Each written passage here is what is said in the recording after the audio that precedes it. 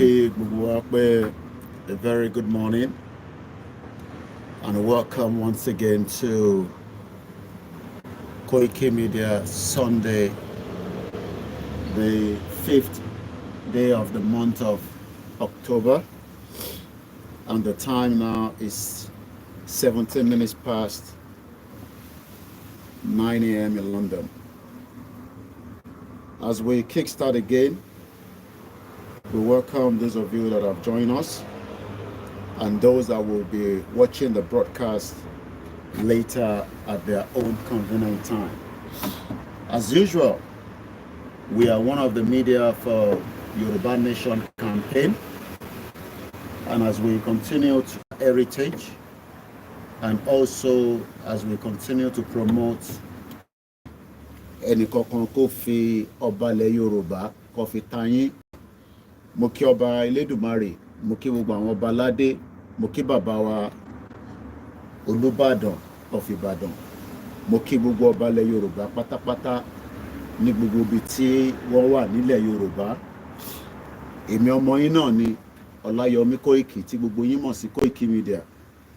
Mo ṣí fìlà fún gbogbo orí adé ilẹ̀ Yorùbá. Ẹ má bínú pé a máa láti dé ní kíákíá torí òtútù níbi táwa wà. Mo fẹ́ ṣe àkíyèsí tí gbogbo ọmọ Yorùbá ti ń pariwo láti bí ọdún mẹ́ta nípa bí ilẹ̀ Yorùbá ibi tó wà lénìí àti ọ̀pọ̀lọpọ̀ ìdí tí àwa ọmọ yín ṣe ń bínú pé àwọn ìran Fúlàní àti ìran Haúsá àti àwọn ẹ̀yà tó kù ó ṣeé ṣe pé tí a bá tètè jáde ní kíákíá wá gbalẹ̀ mọ́ wa lọ́wọ́, wá gba gbogbo ibi tí a ń pè nílẹ̀ Yorùbá. Bí ẹ ti ṣe ń wọlé, mo kí pé káàbọ̀ sórí ètò. A máa lọ fún short break. While we are doing that, torí mo fẹ́ lọ prepare MixLR kọ́ mo gbé laptop síta, so mo gbọ́dọ̀ lọ connect àwọn tó wà lórí MixLR nínú ilé. The temperature is not too bad. Mo lè cope there. Òun jáde lóòótọ́ àmọ́ òtútù mú lábẹ́. Ìyẹn ni mo ṣe dira bẹ́ni tó ń lọ sí Moscow.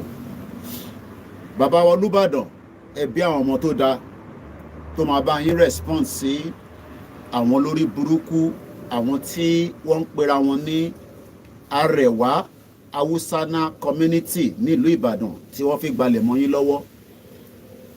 Ọba ò gbọ́dọ̀ pàṣẹ nílẹ̀ Yorùbá kí olórí burúkú ọmọ àlè kan tó wà ní ibi tí wọ́n ti wá kó wá sọ fún wa pé kò ní rí bẹ́ẹ̀. Báwọn ọba wa bá ti ń pàṣẹ, ó ti di dandan pé káṣẹ kó múlẹ̀. Lára tí bàbá wa Professor Banji Akíntóyè tí wọ́n ṣe ń sọ pé kíran Yorùbá kó dá dúró kí àwọn ọba lè ní respect. Lára tí bàbá wa Chief Banji Ayélóge ṣe ń sọ pé kí gbogbo Yorùbá dá dúró ká ní sovereignty tiwa, káwọn ọba wa kí àbùkù má lè máa kàn yín.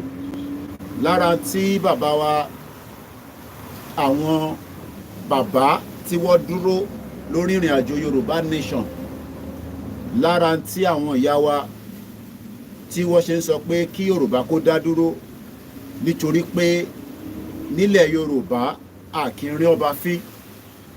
Wọ́n ì tí bí bàbá ńlá ẹni náà dá nílùú yìí kó rí ọba ìlú ìfín tó ń pè ní King Charles tèmi a máa sọ pé God bless the king. Wọ́n ì tí bí bàbá ńlá ẹni náà.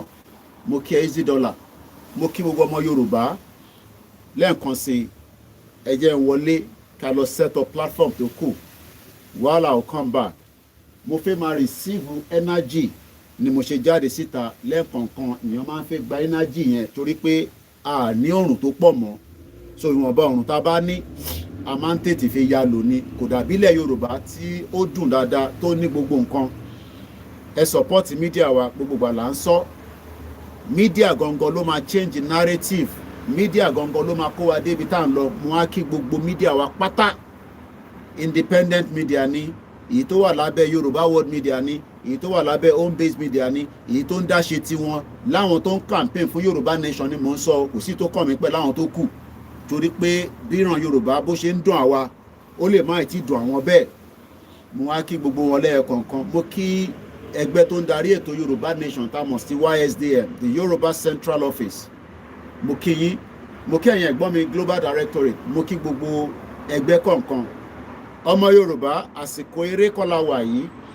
Àwọn Arewa ní ìlú Ìbàdàn, wọ́n ní kí Olú Ìbàdàn lẹ́nu tèmi kọ́ o, wọ́n ní àwọn làwọn ní ilẹ̀ Ìbàdàn. Èmi wá ń béèrè pé ṣáwọn lọ ní ìlú Ìbàdàn ni àbáwa la ní. Ẹ bá mi máa ká lọ lórí ètò náà. Aago 9 àbọ̀ òun ló lù. Mo kí ìyá alálùbáríkà tó bí mi, mo kí àwọn ọmọ mi, mo kí àwọn ìyàwó, mo kí mọ̀lẹ́bí, mo wá kí gbogbo òòṣà tó ń bẹ nílẹ̀ Yorùbá, àmọ́ mo kí tó ń bẹ nílùú Ìjẹ̀bú Òde tẹ́ ẹ̀ fi wá sílẹ̀. Ẹ dúró ti èmi ọmọ yín Koiki Media. Mo kẹ́yin Kristẹni, mo kẹ́yin Mùsùlùmí. Ìjẹ̀sìn kan mo gbé dání, ìjà bíran Yorùbá bá ṣe máa ní àṣeyọrí lọ́jọ́ iwájú. Koiki Media, we're bringing the world closer to your doorstep.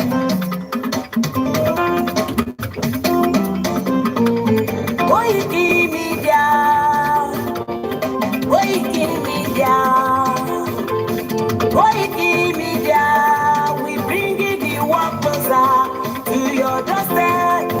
Koiki Media, Koiki Media, Koiki Media, we bringing the world closer to your doorstep. Àwọn sọ́lára àgbà yìí dá, àwọn ló láṣà àti èdè. Ìgbéde lárugẹ nílẹ̀ Oòduà o, àwa gangan ni bàbá. Koiki Media, Koiki Media, Koiki Media, we bringing the world closer to your doorstep. They never sabi wetin we carry for am, but we dey move closer before dem go sabi. I said they never know wetin we carry for body, but we dey move closer before dem go sabi. Ọ̀kìn lọ lọ́jà ẹyẹ, ìníhùn ló ló lọ́jọ́. Ẹyẹ tó dorí kodò bí àdó, ọgbẹ́dẹ lẹ́nu. Ká ṣiṣẹ́ fún ilẹ̀ bàbá wa, ká ṣiṣẹ́ fún ìlú bàbá wa. Kájùmọ̀ sowọ́pọ̀ ká lè gbódùdú àga. Odùduwà kò bá lè gbé wá. Ọmọ Odùduwà ṣe kiri. Ẹ dìde fún ẹ̀tọ́ adúláwọ̀. Ká lè jọ jùmọ̀ gbé ilẹ̀ ìlérí. Káwa lè gba ògo ilẹ̀ wa. Ká ṣiṣẹ́ ká lè jọ gbàdé. Ká lè gbàdé adé adúláwọ̀. Àwa ni mọ̀lẹ́ tí yóò tàn káàkiri. Ìyàmọ́ Odùduwà ni wá.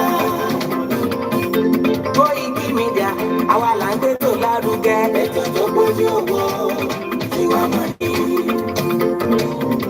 Kásá ẹgbẹ́ polówó ọjà káyé gbúgbà yín jẹ. Ètò tó gbójú owó tí wàá ní. À ń gbé tó lárugẹ, à ń gbàsà lárugẹ. Gbójú owó tí wàá mọ̀ ní. News and sports. Ẹ máa rí gbọ́. Ètò tó gbójú owó. Koiki Media, ọlágbájúmọ̀ mi, máa bá ṣẹ̀rẹ̀ lọ. Ọmọ Yorùbá nìyẹn, ọmọ Yorùbá tata o. À ń gbádùn rẹ, ọmọ jẹ́bẹ́ lẹ́rẹ̀ mi, ṣẹ́yìn ló máa fi dìbò tẹ̀ mọ́lẹ̀ o. Ẹ̀yin lọ́mọ onígbò máa ń dé máa dé máa dé. Ẹ̀yin lọ́mọ onígbò máa wọ̀ máa wọ̀ máa wọ̀ o. Igbó máa wò gbàjọ́jì ò gbọ́dọ̀ wọ, àjòjì tó bá wọ bẹ̀ á tẹ̀lé bọ́ra. Ẹ̀yin lọ máa náwó kóyìnbó tó dé, ìgbà tó yìnbó dé o, owó náà dẹ́ tún pọ̀ sí o. Koiki Media, sáwa ní bàbá. Koiki Media, àwọn ní bàbá. Koiki Media, àwọn ní bàbá. Àdáńtọ́ àtúnpèrè gidi. Koiki Media, àwọn ní bàbá. Àwa là ń gbé tó lárugẹ jẹ́ ká jọ gbọ́ o.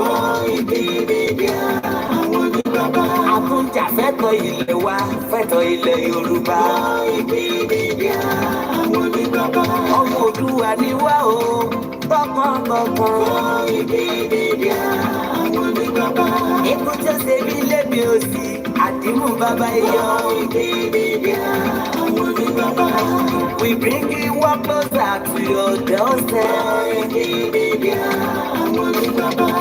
Afẹ́fẹ́ tó ń fẹ́ òòtún kan yòókù lára ni. Àpèrègèdè Olódùmarè ló fún wa ṣe. Gbogbo ayé ẹ̀gbọ́n àwa ní bàbá o. Ẹ máa bọ̀ wá ẹgbẹ́ polówó ọjà yín wá o. Òdúdú alágbèdá ní òtítọ́ lágbèdá ní. Àfisọ́dalẹ̀ àfisódìkẹta. Àgùntàn àtúnpẹ̀rẹ̀ kékeré. Koiki Media we bring you one closer to your doorstep. Koiki Media is around to give us the test. Is around to give us the test. Ladies and gentlemen, ẹ mú kalẹ̀ sílẹ̀, ẹgbẹ́ tí èkó ètò tó kojú gbogbo. Ladies and gentlemen, ẹ mú kalẹ̀ sílẹ̀, ẹgbẹ́ tí èkó ètò tó kojú gbogbo. Koiki Media is around to give us. Ọjọ́ òní ọjọ́ tó lápẹẹrẹ gidi gan-an ni fún gbogbo ọmọ Yorùbá àtàtà. Kó o rí ní ọmọ Adéyẹmọ ọba ti kú ọ̀tá ìbáyọ̀ ọ́ ní alákọ̀ọ́rí ọmọ ti lọ wò ó èyí tí wọ́n rò yíyẹ̀ olúwo ọba ńlókùkù sẹ́. Sunday ọmọ Adéyẹmọ Ìgbòho ṣàṣẹ́bẹ̀ lọ wà ọ̀gá máa dúpẹ́ Olódùmarè ọba òkúri. Tó o bá ti tàbí wèrè bọ́dọ̀ òní ó tó pé ń kọ́ kí lọ fẹ́ wá láàrin àwọn ọmọ adarí mú gan. Tàbí tó o bá ti tàbí kí ọmọ láàrin ìgbẹ́ kí lọ máa ṣẹ̀dá òfin ìrọ̀ ọjọ́ máa dúpẹ́ lọ́wọ́ alágbẹ̀dẹ àyẹ̀mọ́ ọba tó fi ọ́ dára tó kù. Ọmọ Adéyẹmọ o ìwọ náà kọ́ Olódùmarè ọba ní kí ọ lárugẹ. Sunday o.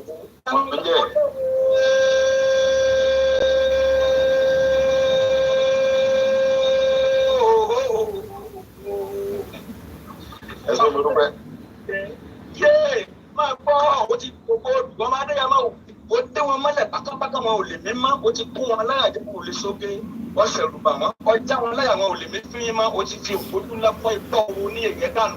Ọmọ Adéyẹmọ ti fẹ́ẹ́ lọ́pọ̀ wọn bá tiẹ̀ ọmọ ọkọ lóògùn ọmọ àlè ìwọ náà bí bàbá dojú sí àṣìbù bí ọba ṣe sí ẹjẹ́ afọ kí ní bẹ nínú ọ̀gán Ọmọ Adéyẹmọ ti ń dún mọ̀wúrú bí ọ̀pá ní kọ́ pani bí ọ̀bá ní pani kó yé dún mọ̀wúrú. Sunday ọmọ Adéyẹmọ ó ti di bí àlọ́ yìí yé ẹjẹ́ ọmọ mú ewé kókò tó bá lè bí ọmọ bẹ́ẹ̀ tó bá fẹ́ fọ̀dà kó máa fọ̀dà gbèrègbèrè sàǹgbọ́rọ̀ máa fọ́ kù ẹni bá wọ́ bẹ́ Ọmọ Adéyẹmọ ti di bí àlọ́ yìí Ìgbòho yé orí ìyá pé ọmọ Yorùbá àtàtà ọmọ ọkùnrin ọ̀hún ṣeun bẹ́ẹ̀ ni ọmọ ọkùnrin ṣe ìwọ́n lọ́pàá gàmbàrí nípa ìsìn Sunday ọmọ Adéyẹmọ ọpá gàmbàrí nípa ìsìn ọ̀pọ̀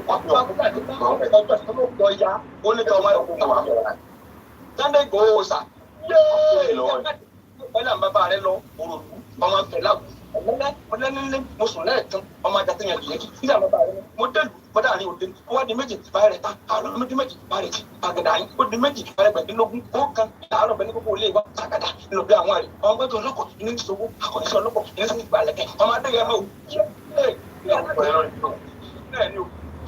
Sunday Ìgbòho sàmà ogun ní náà ní lógún ogun ló ní ilé àárọ̀ ogun ni wọ́n fi jagun bẹ́ẹ̀ wọ́n jẹ́ bóògùn ọ̀jẹ̀ ẹjẹ́ anẹ́láwọ́ lóògùn ọ̀nà Sunday ọmọ Adéyẹmọ Ìgbòho sà lónìí ilẹ̀ Yorùbá ó gbọ́ mẹ́rin dandan ni. Ọ̀pọ̀ agbọ́ o. Àṣẹ. Ìlànà Olódùmarè ni wọ́n máa lò Ọmọ Adéyẹmọ o. Dákun mọ́ làwọn oníṣẹ́ ẹ̀tọ́ kálukú mọ̀ fi dùn wọ́n orí kálukú ló gbé dépò tó kùn. Wọ́n máa gbọ́ o. Gbogbo ọmọ Yorùbá àtàtà ń dáwà lóye. Ẹja fọwọ́pọ̀ ká gbé ẹni tó ń wá fi sẹ́ ká gbé lárugẹ gidi ni. Ẹni méjì wọ̀ wọn ò dùn.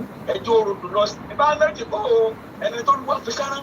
Ọgẹ́tọ̀ sí ẹni tó fara wọn Sunday ọmọ Adéyẹmọ tó fẹ́ láti wá.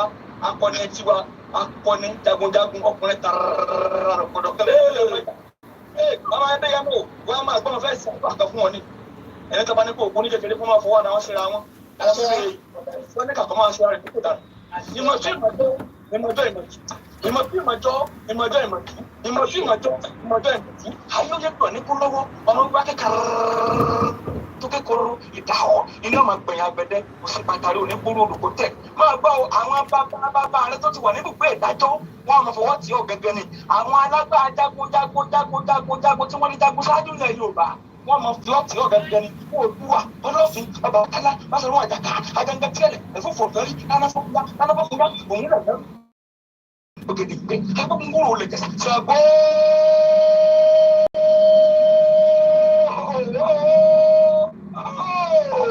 máa gbọ́ lọ́sọ̀rọ̀ ọmọdé yẹn náà ń bọ́ ìṣàkó tí mọ́ọ̀gùn làyà wáyé náà ọmọdé yẹn náà Ìgbòho sáńpolo tí gbòtìgbòtì tiẹ̀ ṣe ọ̀gbárùkọ alárùkọ tó mú kó lọ rè jó òkun lẹ̀yà ọ̀sẹ̀ pẹ̀yìn rí kẹ́ni ẹ̀ máa ń dẹ bàbá rẹ lọ òrùkàtàrí bàbá kẹ́ni ẹ̀ máa ń dẹ bàbá rẹ lọ alárùgbọ́ parúgbọ́ Sunday ọmọdé yẹn máa ní oṣù òkú òde gbangba Sunday ọmọdé yẹn máa ó ti dìbò bọ́ọ̀lù ó ti wà lókè ẹni ẹ bá ní ọjà kọ́kọ́ máa kú ni máa gbọ́ o tó o rí má bẹ̀rù tẹ̀mọ́ o rí ní gbogbo fùrùfùrù labalábá tí wọ́n ń dìbò lẹ́kùn Sunday ọmọdé yẹn máa Ìgbòho sà o rí bí wọ́n ti ń wọṣọ àkísà máa gbọ́ o yẹ gbogbo ọmọ Yorùbá àtàtà tó bá lóye àkọ́dà yìí ọgbọ́ ọmọ Adéyẹmọ ní ẹ̀dá àfọwọ́tì àti yìí débi tó lápẹ̀rẹ̀ ẹ̀dá àfọ tẹ́lẹ̀ èmi tún ìwọ òkùnrin kò lè gbé wa débi kankan fa àkọ́dà yìí ọgbọ́ ẹ̀dá àkọ́kọ̀ ká bí ẹni tó lùwọ́ fún sẹ́ńlá lùgbẹ́ ni ẹ máa bá wọn ní ẹbọ ní ìṣẹ́wọ́n afárá òní ní igi igbó sórí ipò wọ́n dìgbẹ́ ẹ̀rí ni àwọn àgbàlagbà wọ́n ní bí orí bá dúró tán inú déyìn ọ̀tọ̀ọ̀tọ̀ gan ni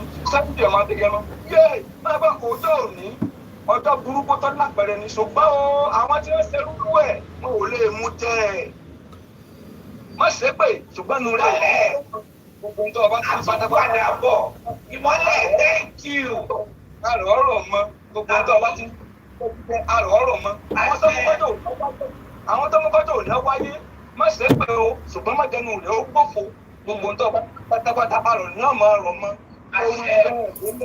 wọ́n máa fèyí ṣe lọ́lé wa kì í ṣe é mọ̀ wọ́n lè bí nílẹ̀ rẹ̀ wípé ìtàlọ́pọ̀ ni ìwòtọ́ lápẹ̀rẹ̀ lágbájá ní sàmẹ́dọ́ ni ìmọ̀lẹ́ akébìrì ọmọ wọn ló gbọmọ̀ sọ àkílété mọ́bólúwa mi dúpẹ́ mọ́ bẹ̀rù àgbà. mo tún kí gbogbo ẹ̀yin olólùfẹ́ wa mo kẹ́yìn ìyá wa tí ẹ ti ń darapọ̀ mọ́ wa lọ́tún lósì mo kẹ́yìn bàbá wa mo kí ọmọdé àgbàlagbà mo kí gbogbo tó ń bẹ ní ilẹ̀ Yorùbá tó ń mí àti gbogbo àwọn alágbára àwọn jagunjagun tí wọ́n ti rìnrìn àjò mo kí gbogbo àwọn ọba tó sì ń bẹ àwọn ò ní gbà kí àwọn Arewa olórí burúkú àwọn Hausana community tó ń bẹ nílẹ̀ Yorùbá kó máa disrespect àwọn ọba wa tabatẹ̀ ń sọ pé àwọn ọba wa ò tí ì ṣe ń ta fẹ́ àwọn ọmọ wọn gbọ́dọ̀ wá jókòó káwérẹ̀wá máa tutọ́ sí Olúbàdàn wọ́n ti tutọ́ sí Olúbàdàn lójú báyìí ara ìdí tí olóyè Ìgbòho Dr. Sunday tó ṣe ń kígbe fapá pé ẹ má jẹ́ ká fáwọn ará bíi láyè ìyẹn ò sọ pé a ní bá wọn gbé lọ́jọ́ iwájú ìlú ìta ń gbé àwọn tájọ́ ń gbé a lè disagree pẹ̀lú ra wa but we live in a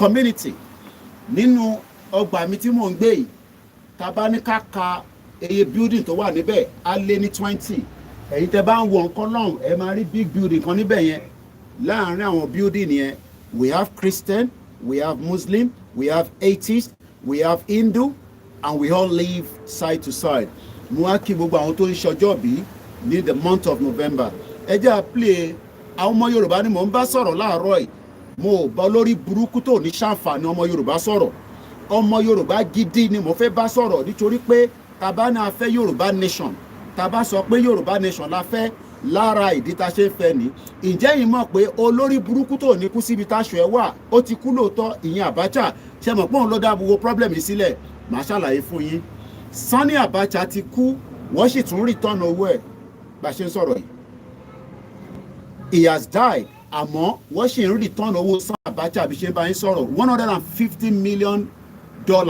ní France náà máa dá padà fún olórí tó wà níbẹ̀ tí a mọ̀ sí President Bola Tinubu mo kí gbogbo ilé nǹkan sí ẹni tó ò báyìí tí ìbá wa pín a jẹ́ pé bóyá n tá à ń ṣe níbí báyìí kò tẹ́yìn lọ́rùn bóyá ẹ jẹ́ ká máa sọ̀rọ̀ okó àtòbò ìyẹn lẹ́yìn fẹ́ torí tó bá yẹ pọ̀rọ̀ okó àtòbò ni mò ń sọ nísìn gbogbo bí wàá máa dàrú èmi ò dẹ̀ ń sọ̀rọ̀ ọ̀rọ̀ bẹ́ẹ̀ ọ̀rọ̀ tẹ́mi gbé dání self-determination the right of the Yoruba people to exit and dismantle that contraction. Moke Kayode Mola, I'm going to try and read your article that came out yesterday. Very, very touching, very, very powerful. But for now, ẹ jẹ́ ká play anthem wa àti rìn díẹ̀ 20 minutes. Ẹ má bínú sí wa. Anthem yẹn kò gbọ́dọ̀ máa pẹ́, but àkọ́kọ́ gbọ́dọ̀ ṣe tó ń pè ní presentation. Tó bá fẹ́ràn tá à ń ṣe, a gbọ́dọ̀ máa sọ fún yín pé kẹ́ bá wa pín ẹ like. But wọ́n ní Koiki má máa sọ bẹ́ẹ̀ nítorí padà bí wà tẹ́ pé òun disrespect àwọn viewers ẹni. That is your responsibility. Responsibility èmi ni pé kémi jáde nínú òtútù nínú ọ̀rùn ní gbogbo ìgbà láti máa kéde fún gbogbo ọmọ Yorùbá pé àwọn Arewa community olórí burúkú Haúsá náà ní ìlú Ìbàdàn wọ́n sọ fún Olúbàdàn pé bàbá wọ́n gba etí ẹ̀ èmi kọ́ mo sọ bẹ́ẹ̀ a máa ṣàlàyé fún yín ẹ jẹ́ a lọ ká kọ́kọ́ bẹ̀rẹ̀ pẹ̀lú eléyìí náà.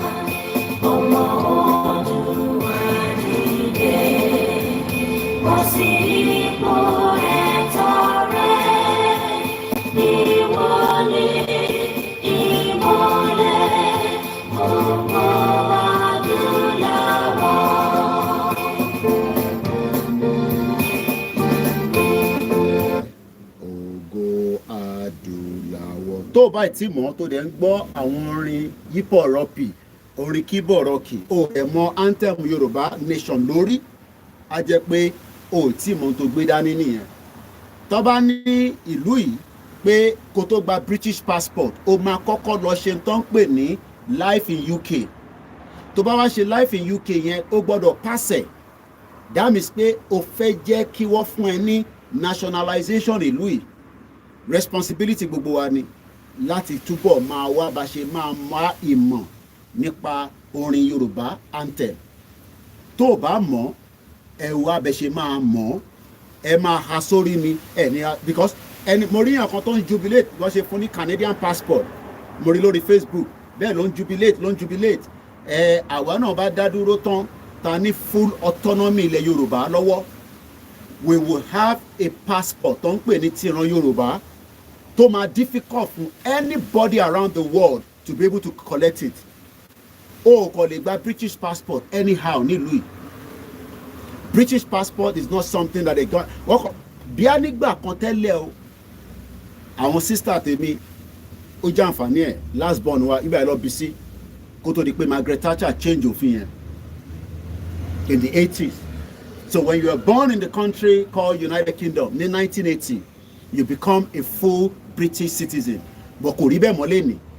Ìyẹn ló ṣe ń jẹ́ kíró àwa máa bínú ní gbogbo gbà pé ilẹ̀ Yorùbá náà tá à ń fight fún a fẹ́ jẹ́ kó jẹ́ pé ibẹ̀ ni development máa wá tí a máa ní strong economy tá a máa ní gbogbo nǹkan tiwa even to get our resident permit ó máa làágùn báyìí ẹ lọ béèrè lọ́wọ́ àwọn tó wà ní United Arab Emirates wọ́n rí ní ìwé fún wọn nítorí pé wọ́n expect wọn pé kó wà níbẹ̀ tó bá dẹ̀ wà níbẹ̀ ó gbọ́dọ̀ ní reason but reason tí wọ́n ṣe fáwọn níwèé ni pé Nàìjíríà olórí burúkú yẹn tí àwọn lòṣì olórí burúkú Fúlàní àti Haúsá tó ti fi kó bá wa òun ni ó ṣe ń jẹ́ pé àárí ọ̀nà lọ ní gbogbo ìlú tá a bá wà kò ń ṣe pé àní other ethnic group bíi Yorùbá náà àtàwọn Ìgbò àtàwọn ẹ̀yà tó kù tó ń ṣe oríṣiríṣi jàǹbá níta àmọ́ àwọn olórí burúkú Fúlàní wọ́n ti fi tiwọn wọ́n ti fi kó bá gbogbo ọmọ Yorùbá tó ń bẹ níta àwọn ló ń ṣe terrorist and that is why o lè move owó tó pọ̀ between certain countries tó bá ti mọ̀ pé Nàìjíríà nìyẹn wọ́n máa kọ́kọ́ há owó yẹn wọ́n máa dì í mú tó bá fẹ́ move owó nísìn tó jẹ́ large amount of money tó bá ti rí traces pé it is a Nigerian wọ́n á kọ́kọ́ freeze owó yẹn It's not done like that with a British businessman. So ẹ̀yin tẹ́ wà nílé mọ impact tí olórí burúkú country tẹ́ ń pè Nàìjíríà tó ń ṣe fún wa táwọn Fúlàní ti dá sílẹ̀. Mo kí gbogbo ẹ̀yin bàbá wa nínú Olúwa, mo kí ẹ̀yin ìyá wa nínú Olúwa. Àwọn kan ní Koiki, stop linking us with àwọn Biafra. Mo ní bomb bastard ní ìlú tèmi ń gbé yìí kò sí ẹ̀yà tó sí nílùú yìí. When we have a Yoruba country, Biafra máa ṣe tiẹ̀, Yorùbá máa ṣe tiẹ̀ ni. But right now, ìlú méjì sọ pé òun fẹ́ lọ because we are a country. Olórí burúkú British Empire àwọn ló dá problem yìí sílẹ̀ tí wọ́n fi kó wa lé àwọn bomb bastard Fúlàní lọ́wọ́. So when some of you are saying, too lenient, o ti close mọ́ àwọn Biafra, it is because Biafra náà fight for self-determination. Tí Biafra bá wá sọ pé àwọn fẹ́ gbalẹ̀ mọ́ wa lọ́wọ́, we will fight and kill them láti gbalẹ̀ yẹn padà nítorí pé in tó ń ṣẹlẹ̀ ní Israel lẹ́ni àti Palestine lórí ọ̀rọ̀ ilẹ̀ ló ṣe ń para wọn, in tó ń ṣẹlẹ̀ ní Ukraine àti Russia lórí ọ̀rọ̀ ilẹ̀ ni, and they are killing themselves. But ìyàn méjì náà fẹ́ lọ jẹ́ ká dìyẹn mú ká tẹ̀ jẹ́ ká jọ kúrò nínú olórí burúkú country tẹ́ ń pè Nàìjíríà. Wá ń sọ pé àwọn Biafra yẹn wọ́n ń disturb ẹni gbogbo utterances in Nnamdi Kanu nísìn àti èyí tí Arewa tó sọ èmi máa try láti máa fi ọ̀rọ̀ nítorí pé ọmọ Yorùbá ni mí máa fi ọ̀rọ̀ yẹn máa reduce the content díẹ̀ torí pé àwọn tá à ń pè ní olórí burúkú àwọn Fúlàní tẹ́ bá mọ tán ṣe fún àwọn ọmọ Yorùbá ní tó máa sọ pé àwọn Biafra tó fẹ́ lọ ká wá disturb wọn nítorí pé à ń sọ̀rọ̀ wọn à ń promote wọn. Ṣé Fúlàní ni kí n máa promote? Ṣé Fúlàní tó ti fẹ́ gbalẹ̀ mọ́ yín lọ́wọ́ nísìnyí ni ká máa promote? Two most indigenous people wọ́n náà wọ́n fẹ́ kúrò nínú Nàìjíríà wọ́n náà wọ́n ṣe mọ́. Wọ́n ní tí British kó kalẹ̀ ní 1914 ó ti dá bloodshed sílẹ̀ ó ti dá hatred sílẹ̀. Let those two fight it together and exit the contraction. Ẹ wá ní ó ti wà too close pẹ̀lú àwọn Biafra yẹn ṣé ọmọ Igbo nìyẹn bomb bastard ni bàbá tó bí àtìyá tó bí ẹ. Nílùú tèmi ń gbé yìí mò ń bá òyìnbó gbé mò ń bá atheist gbé mò ń bá ẹni tó ò believe nínú Ọlọ́run mò ń bá ẹni tó ń jó Kùránì gbé mò ń bá ẹni tó ń jó Bible gbé mò ń bá Hindu gbé. Ẹ lọ bèrè ta ni prime minister wa nísìn ṣé Muslim ni? You are a bomb bastard. Àwọn Fúlàní wá ń disrespect ọba ilẹ̀ Yorùbá ọba pàṣẹ táwa bá tẹ̀ ń disagree pẹ̀lú àwọn bàbá wa bàbá tiwa ni. Èmi rí kú bàbá yèyé kó tó kú àwọn nǹkan míì tí mo ti sọ sí bàbá mo ní bàbá ọmọ wa tó ń bínú nìyí ẹ̀yin ní bàbá wa mo ní àbí kí n record kí lè dá padà síta wọ́n ní kò necessary Koiki ó yé wa ara àwọn nǹkan tí bàbá yẹn sọ òun ló ṣe ìṣẹ̀lẹ̀ lọ́wọ́lọ́wọ́ báyìí nísìn. Mo náà yan ọmọ Yorùbá Fúlàní máa gé orí yín wọ́n á máa fi orí yín wọ́n á máa fi mu kùn mú nínú pálásì wọn. Nígbà tó lóye lọ sí Ìgàngàn tó lọ fún wọn ní ultimatum pé how can you have the audacity ìwọ Sẹ́ríkì Ìgàngàn báwo ló ṣe máa ní authority ní orí ilẹ̀ wa láti máa command ẹ̀yin olórí burúkú ọmọ àlè tẹ́ ẹ̀ ní ṣàǹfààní ẹ̀yin ọmọ kéékèèké tẹ́ ẹ̀ mọ history ìran Yorùbá ẹ̀ ń sọ fún pé ta ni olóyè tó máa decide tó fẹ́ dá problem sílẹ̀. Olúbàdàn ló ti gbá létí báyìí nísìn kí lẹ máa ṣe sẹ̀yìn ọmọ àlè. Olú Ìbàdàn ni wọ́n ti gbá létí báyìí wọ́n ti gbá bàbá yẹn létí wọ́n ti gbá mọ́ tó bá possible gan wọ́n fẹ́ jó pálásì Olú Ìbàdàn. I expect Ṣèyí Mákindé kó fi extra security fún bàbá wa Olú Ìbàdàn. Nǹkan kan gbọ́dọ̀ ṣe bàbá yẹn bí kan bá ṣe bàbá yẹn pẹ́ àwọn ọmọ Yorùbá ò ní gbà. We might disagree with our royal fathers àwọn bàbá tiwa ni but ní àlá ọkọ lórí burúkú ọmọ àlè láti ìran kan. And this is why mo máa ń sọ fún àwọn ọmọ Yorùbá pé ẹ jẹ́ ká wà careful. Àwọn ọmọ Igbo náà ní lọ́wọ́ àwa náà ní lọ́wọ́ gbogbo wa la dì mẹ́rù but for now ẹ̀yà méjì ló fẹ́ lọ ẹ jẹ́ kí ẹ̀yà méjì yẹn kájọ fọ́ Nàìjíríà ká dismantle Nàìjíríà bó ṣe dismantle Yugoslavia. But ẹ̀yàn ọmọ àlè ẹ sọ pé no Biafra ò fẹ́ lọ ní jẹ́ kó lọ ẹ̀dẹ̀ marginalize wọn nínú Nàìjíríà kò lè possible ìkànlẹ̀ máa múnú méjèèjì. Is either we allow Biafra to go káwa àti àwọn Fúlàní kájọ máa gbé kọ́ máa gbá wọn bá wa létí bí àyẹn lẹ́fẹ́ ìkànnú ẹ̀ lẹ́ máa mú. Mo wá dúpẹ́ lọ́wọ́ bàbá mi olóyè Ìgbòho akọni ọmọ Yorùbá tó ń fohùn síta tí ohùn yẹn dẹ̀ gbọ́dọ̀ rinlẹ̀. And mo sọ níjẹta àṣe program lánàá day off láwà lánàá mo ní Ìgbòho àwa máa tẹ̀lé ibi tó bá ń lọ báyìí ni Kóìkì máa tẹ̀lé because òun gangan ni Fúlàní ó ti gbá etí Olúbàdàn tẹ́ ẹ̀ báyìí tí gbọ́ kódà wọ́n náà máa jó pálásẹ̀ mo wá ń sọ fún Ṣèyí Mákindé bí eṣinṣin tó bá kọlu pálásì Olúbàdàn àwọn ọmọ Yorùbá ò ní gbà o ẹ sọ fún Ṣèyí Mákindé gbogbo security tó bá wà necessary because ẹ máa sọ pé Kóìkì shut up. ẹ bá bá ṣe tí mo máa ń yọ ẹjọ.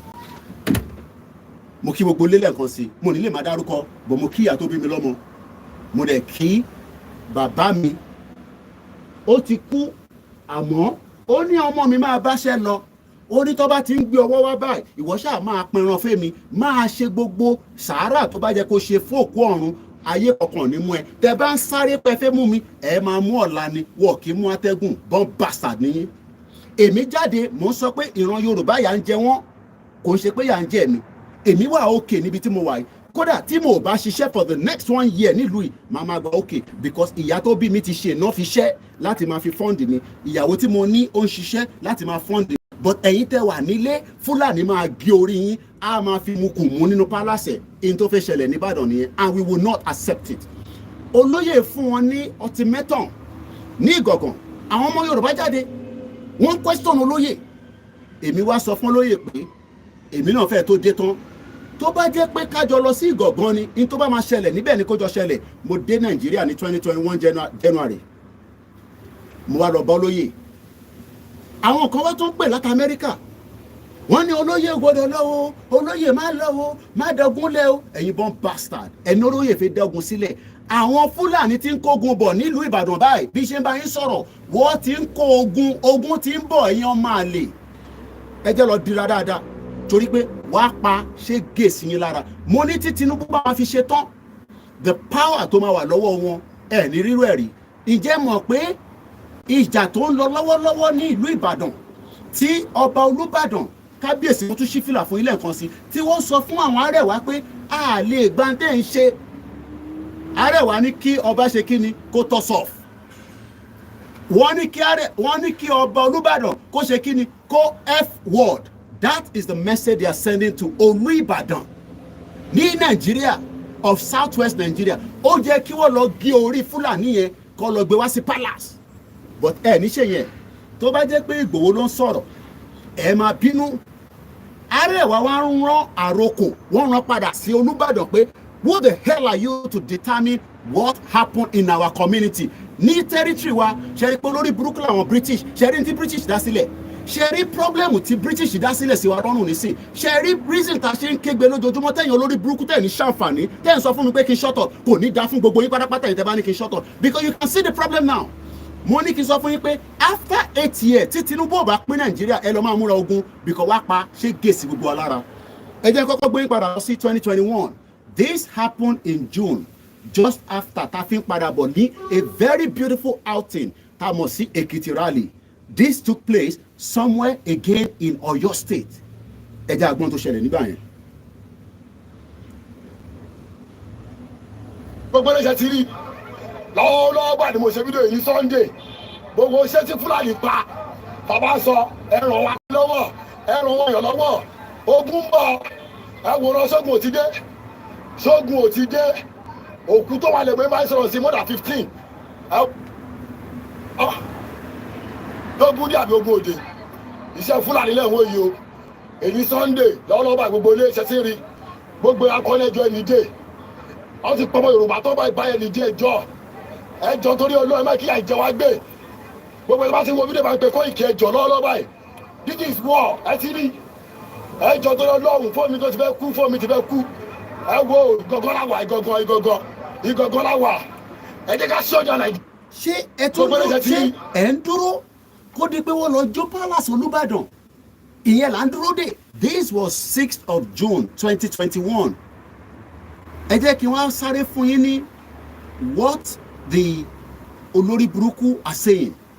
Mo ń bọ̀ mo kí gbogbo alẹ́ nǹkan sí mo kí ọmọdé mo kí àgbàlagbà mo kí arúgbó Olúbàdàn àti àwọn Arẹwà gẹ́gẹ́ ti sọ kalẹ̀ ní ìsàlẹ̀ lọ́hùn wọ́n sọ fún Olúbàdàn pé tó o bá mẹ́nu dákẹ́ pẹ́rẹ́ àti ìwọ àti institution ẹ àti gbogbo àwọn tó ń bẹ lábẹ́ pátá a máa pa gbogbo yín dànù a máa take him out that is the àròkò tó fi ránṣẹ́ padà ó ń súnmọ́ bọ̀ díẹ̀díẹ̀ ni ṣe wá mọ̀ pé the power was given to them by Abacha mo fẹ́ lọ mú átíkù yẹn wá mo ń bọ̀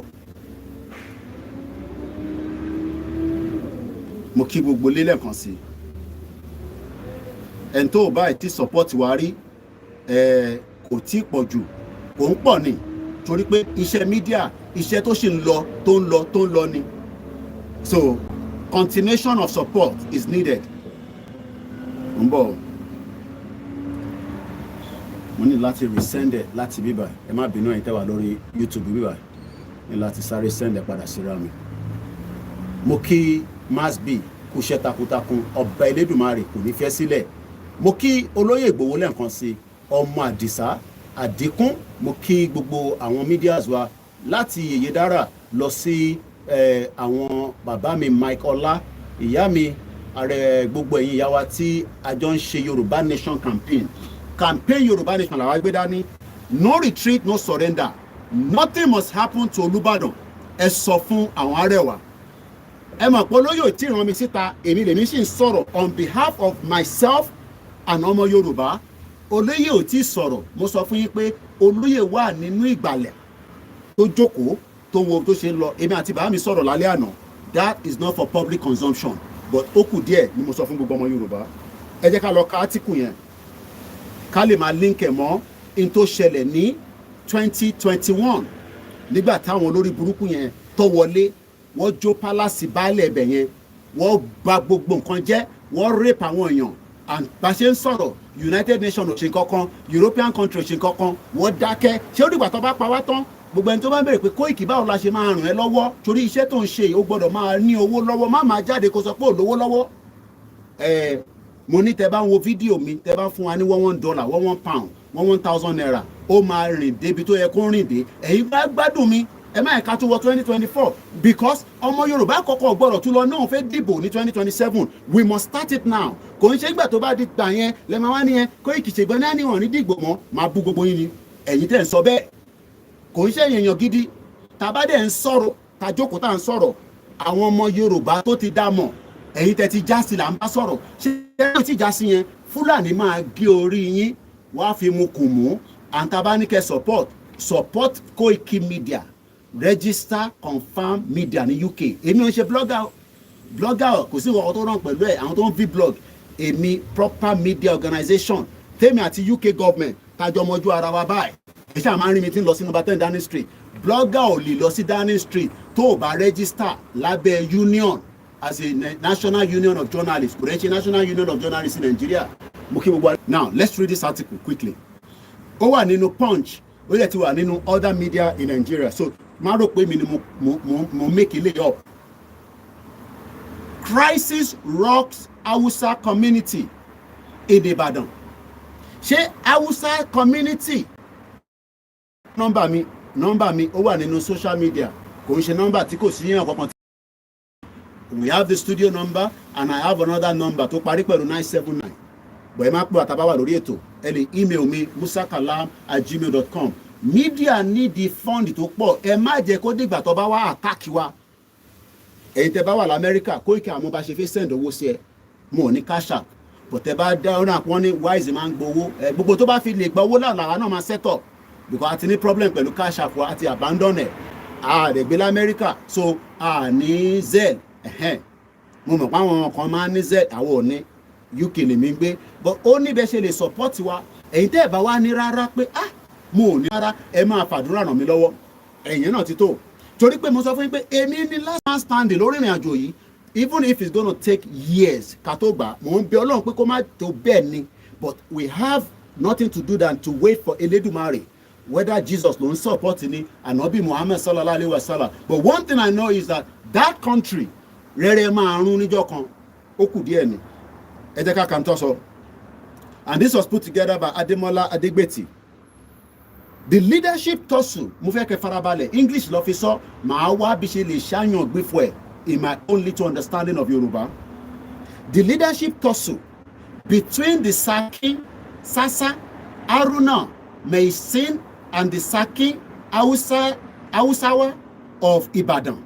That means pé àwọn méjì ń jà fún leadership nílùú Ìbàdàn, ní ilẹ̀ Ìbàdàn, ní ilẹ̀ Yorùbá, within the Hausa community. Ní problem pẹ̀lú àwọn Hausa community, but ní problem ní sí nítorí pé wọ́n rán àrokò padà sí ọba Olúbàdàn pé kọ́ba yẹn ṣe kí ni kó f-word lẹ́nu tiwọn, kò ṣe lẹ́nu tèmi. Torí gbà yẹn lẹ máa mú yẹn tèmi yẹn lẹ máa mú nísẹ̀yàn máàlì lẹ máa court lẹ máa sọ fún Olúbàdàn pé ọmọ yẹn máa wà nílùú London ló ti ń bá yín sọ̀rọ̀ jẹ́gbẹ́, èmi kọ́ mo sọ bẹ́ẹ̀. Àwọn Fúlàní Arewa ló ń rán àrokò padà sí Olúbàdàn. Tó bá jẹ́ o ṣẹ̀ ń jí láàárọ̀ yìí, o tí mọ̀ rárá, á jẹ́ pé o ti ń gbọ́ báyìí nísìn. Wọ́n náà wọ́n máa jó palace ọba. Tọ́ba gan bá ṣe gẹ́rẹ́gẹ́rẹ́, àwọn máa take it out. Wọ́n nítorí pé kí ni Abacha ló fáwọn ní certificate ibi táwọn ń lò yẹn. Abacha. Kábíyèsí Elédùmarè, ẹ jẹ́ ká máa kà lọ.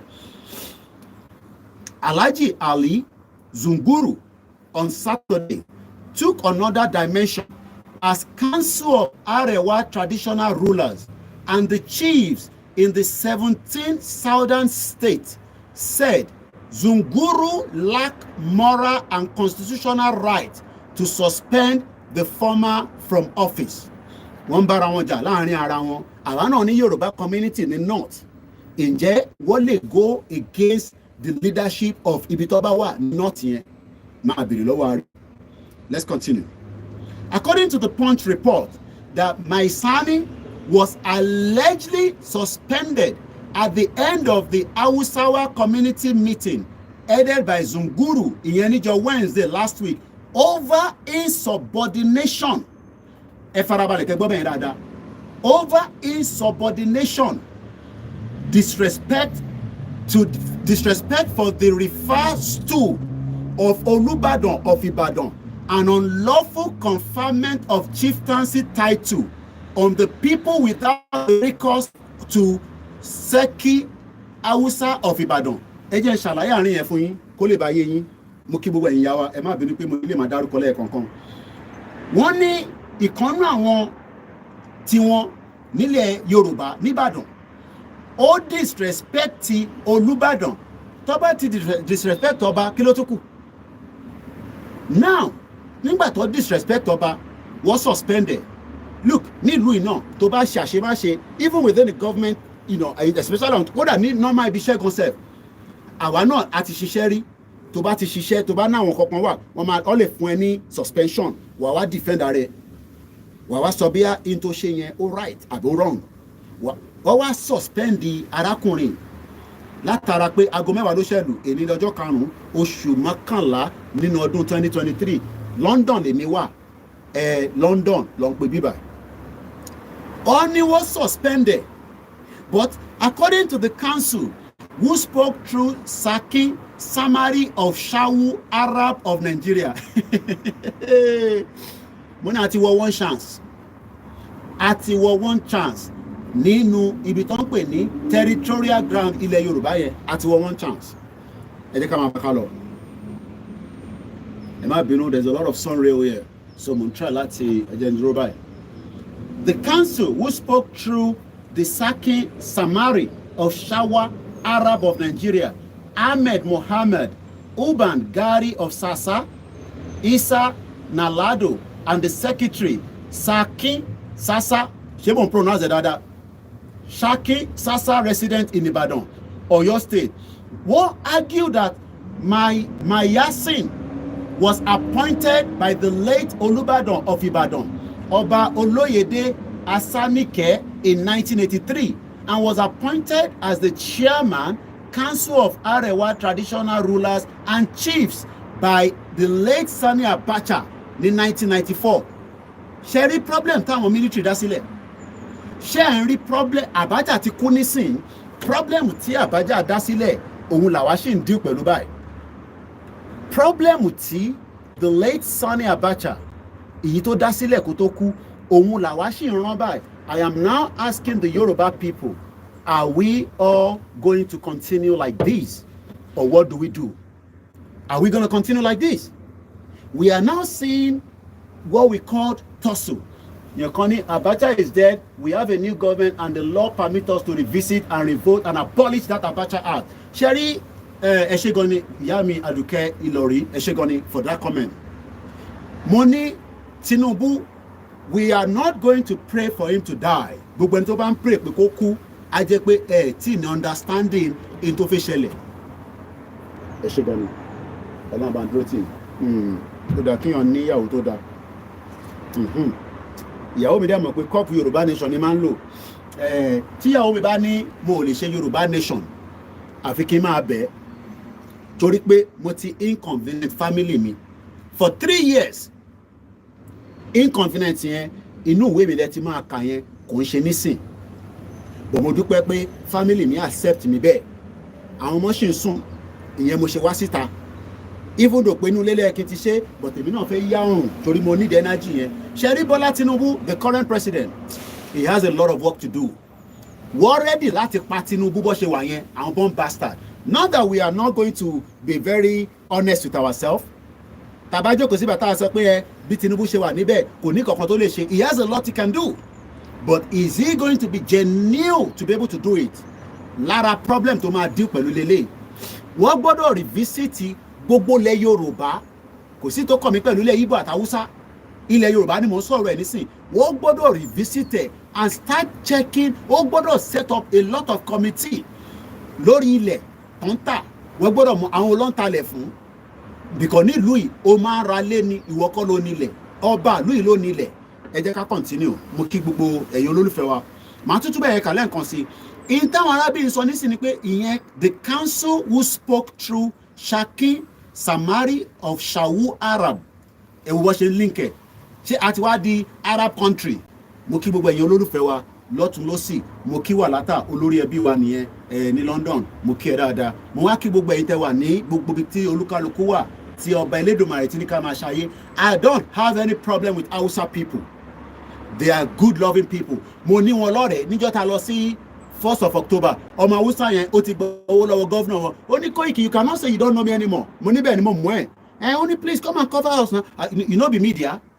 Money, but you don't collect money from Kano. You give me money. Only no. I don't collect my money. No problem. I'll give you a coverage. Then let me say this. I am a media, a born bastard. I have the right to talk about anything. Even Biafra, no Biafra. Even whatever is happening around the world. So stop telling me, Koiki, you are promoting Koiki. That name is Shaki. Okay, Eshegoni, Yami Boluwatife, Eshegoni. Tiba ṣe mistake. Ẹ máa bá mi ṣe àwọn àjàsà díẹ̀ sí gbogbo ẹ̀ náà kan ní Malika, especially Eshegoni, Yami. Only yes, those lawmakers should seize this opportunity to address Yoruba land as quickly as possible. We don't have any problem with the Hausas. Ọ̀rẹ́ wo ìkan wá nígbà tó fẹ́ ṣe campaign, mo tẹ̀lé wọn káàkiri, bí ẹ lọ fún mi ní £50. Mo tẹ̀lé owó burúkú lọ́dẹ̀ wá náà ní London. So we have some of them as friends. But what we are saying is that I want to live away from a country that wants to run Sharia. And I will not accept them taking over our territory. I live in this country for 25 years. I can't. So the question is, why should the northern Fulanis, especially the program,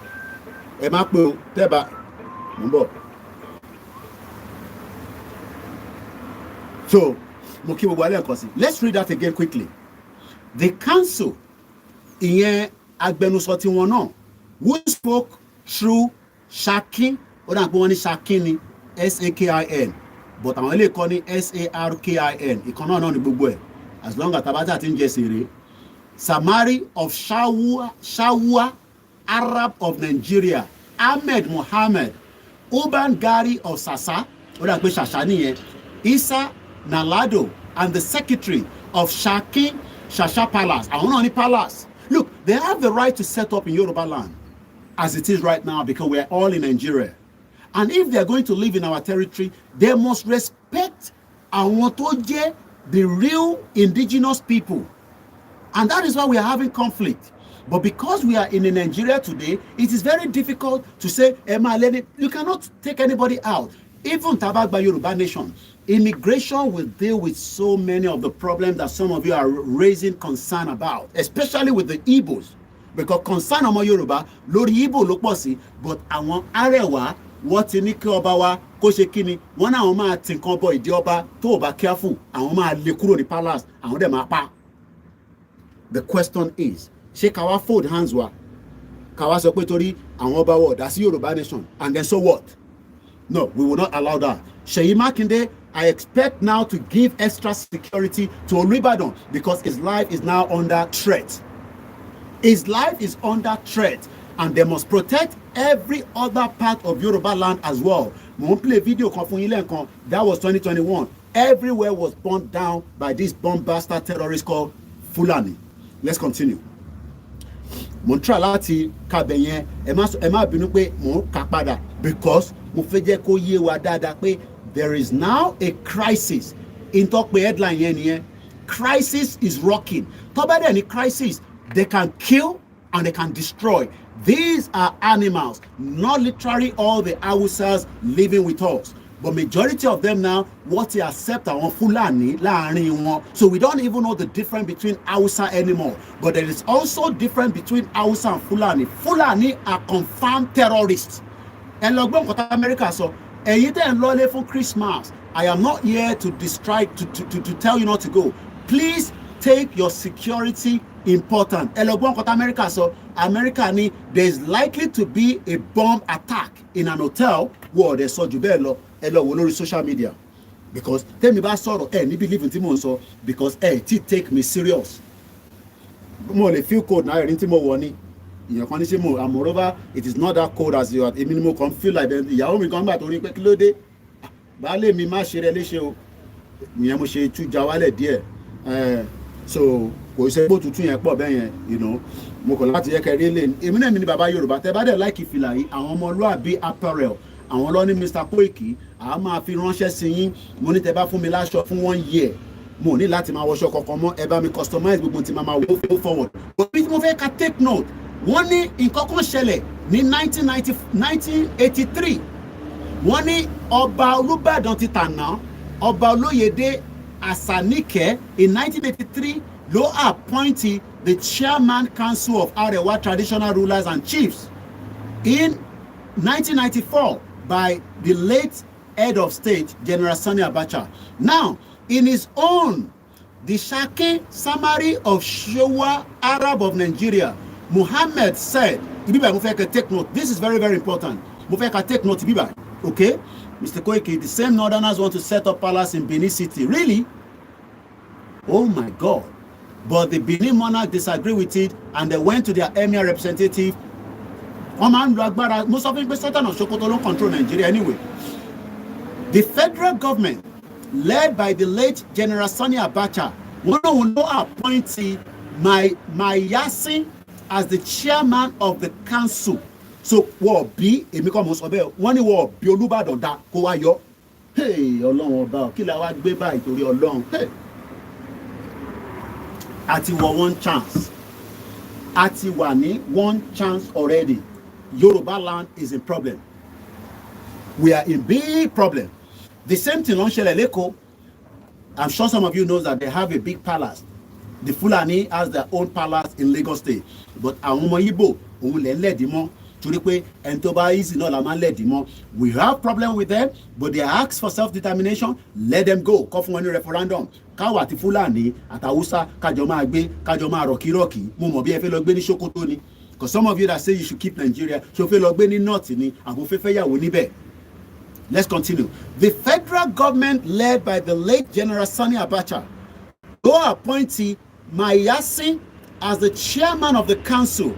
All the Hausawa from the affected state no endorsed the decision of the government of Abacha then. He was given certificate as confirmation. This current administration must continue to now review and revoke every of this certificate Olori Buruku Abacha àti Babangida, all this bomb bastard military that they did in Yoruba land. Ẹ rántí pé wọ́n sọ fún wa Robert Clark, senior advocate of Nigeria. Only it was during the military that they brought in these security vote because they needed that money so that in case anybody bá fẹ́ ṣe kíni tó bá fẹ́ overthrow wọn. But today, some of you will never understand why the Yoruba people I am laughing in Spanish language. Benny. Because how did we get to where the Arewa is telling our king, pé àwọn máa ti gìbọn nídìí? Èmi kọ́ mo sọ bẹ́ẹ̀. Èmi kọ́ màmá bá yín ṣe tó máa jẹ́ kẹ́ ní understanding ẹ̀. Wọ́n ní tí ọba Olúbàdàn bá gbẹ́nu ẹ̀ dákẹ́. Àwọn máa ṣe kí ni? Wọ́n ní because bàbá àwọn ló ti sọ pé àwọn làwọn nílẹ̀ Yorùbá. Wọ́n ní Usman Dan Fodio sọ pé àwọn máa rí Kùránì mọ́ àpápá lórí omi wa. Ọlọ́run ọba àti wọ one chance. Àti wà ní one chance. Ọlọ́run jẹ́ káwọn ọkàn, Ọlọ́run jẹ́ káwọn ọmọ wa délé padà. Líǹkọ̀ tó tàn fàì. Tá a bá tètè parí ẹ̀. Some of our children will never visit Ìjẹ̀bú-Òde. So mo mọ ẹ̀yin o, I don't know, but èmi fẹ́ káwọn ọmọ tèmi kọ́ lọ́mọ bíi tí wọ́n sin grandfather wọn sí pé ojú rè lélẹ̀. And I don't want to take any chances. Tí bá kó wọn lọ, tá ń lọ lórí Ìjẹ̀bú-Òde, tá ń drive, tá ń jó sí Davido, táwọn ọmọ yẹn jó Davido ẹ̀rọ pé ìlànà ń gbọ́ ní London. Kó di pé Fúlàní yín ọ̀bọ jíra pàpàpàpàpàpàpà bí àbọ̀ máa kọ́kọ́ bà kan pa ó kú dànù. Àwọn tó kù ọkọ̀ wọn wọnú igbó ẹ lọ bèrè lọ́wọ́ mọ́mì yẹn 2018 wọ́n rẹ́pù ọmọ wọn náà máa rẹ́pù bàbá wọn náà. They paid 8 million. Ọmọ wọn ti ní táwọn bá kú gan wọ́n gbọ́dọ̀ gbókù lọ sí Nàìjíríà. Bẹ̀gbọ́n mi tó kú ní Maryland, Owólabí Gbénga tó wá sílé ní last year. Ó san ransom, wọ́n pa Owólabí, wọ́n pa Rachel, wọ́n pa ọlọ́kadà tó gbówó lọ, ìkan péré ló escape, ìyẹn ní àjẹsára dáadáa. Ẹ rántí? Ní rántí. So some of you that are taking risk, tẹ́ bá ti kọ́ àwọn ọmọ lọ́lé, má tí kó wọn lọ ìlú kankan because kò sí airport. Airport kan lọ ní plane skid ẹ lọ kan tí article ti David Odoye mo ní kí n follow wa lórí Twitter àwọn ọmọ Igbo ló wà lórí Twitter pẹ̀lú wa ẹ lọ kan you don't have to agree with David Odoye but he's the best and he's very good in what he does ẹ lọ kan article tó kọ lórí airplane tó skid it's not even an airplane it's a jet tó skid ní Ìbàdàn over the weekend Ọlọ́run ló yọ Minister of Power kò bá kú dànù ni ṣé mọ̀ pé mo kàn tún jábàrà díẹ̀ ni o.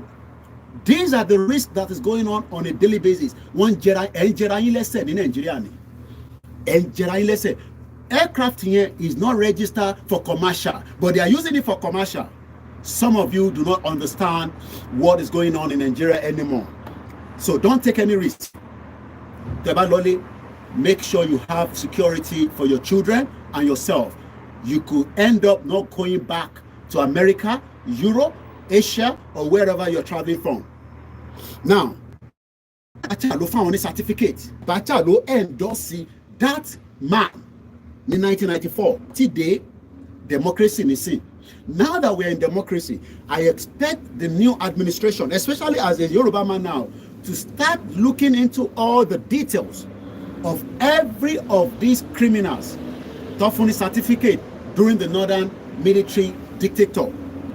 The federal government, led by the late General Sani Abacha, tó ní kú síbi tó wà, ló appointee Mayasin, and the Mayasin is spelled as Maysin, as the chairman of the council. So you know what they're saying there?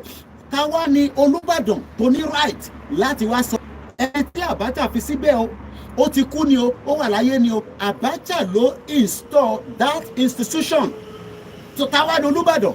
You can see that we have a big problem. They must revisit Benny Yami Adukeni. They must revisit every certificate of occupancy, especially in Europe.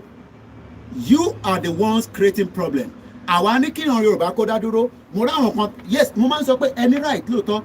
Mo rá àwọn brothers mi kan pẹ̀lú àwọn kan lọ́lọ́ gbàsí fúnra wọn ní Nigerian High Commission lánàá. It is freedom of speech. You have the right.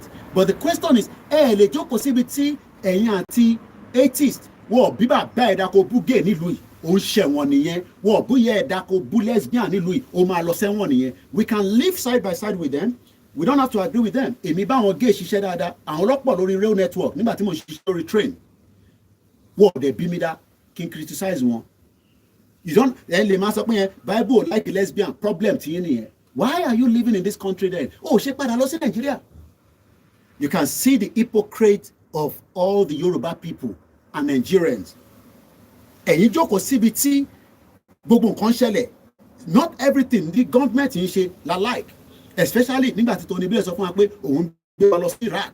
I disagree pẹ̀lú ẹ̀. Ìjà kan ló ń lọ ní Middle East nísìn. There is such conflict. Ojoojúmọ́ ni mò ń follow ẹ̀. So let's go back again. So wọ́n sọ fún wa pé Abacha, the late Sani Abacha, appointed the Mayasin as the chairman of the council. Gbogbo àwọn Hausawa in all the affected states ló wá endorse the decision of the government. Abacha is there. It is time now that Bola Tinubu, the president of the Federal Republic of Nigeria, must revisit every of what took place as at that time. Ṣẹ̀rí Bola Tinubu tó bá ti ṣe gbogbo yẹn, á jẹ́ pé ẹlẹ́pọ̀n blue ni kò ní balls. He must start making decision. Kò ṣe pé kó máa he must make decision tó máa fọ́ wọn lórí. Whether it is trying to fix the economy, is good for Nigeria.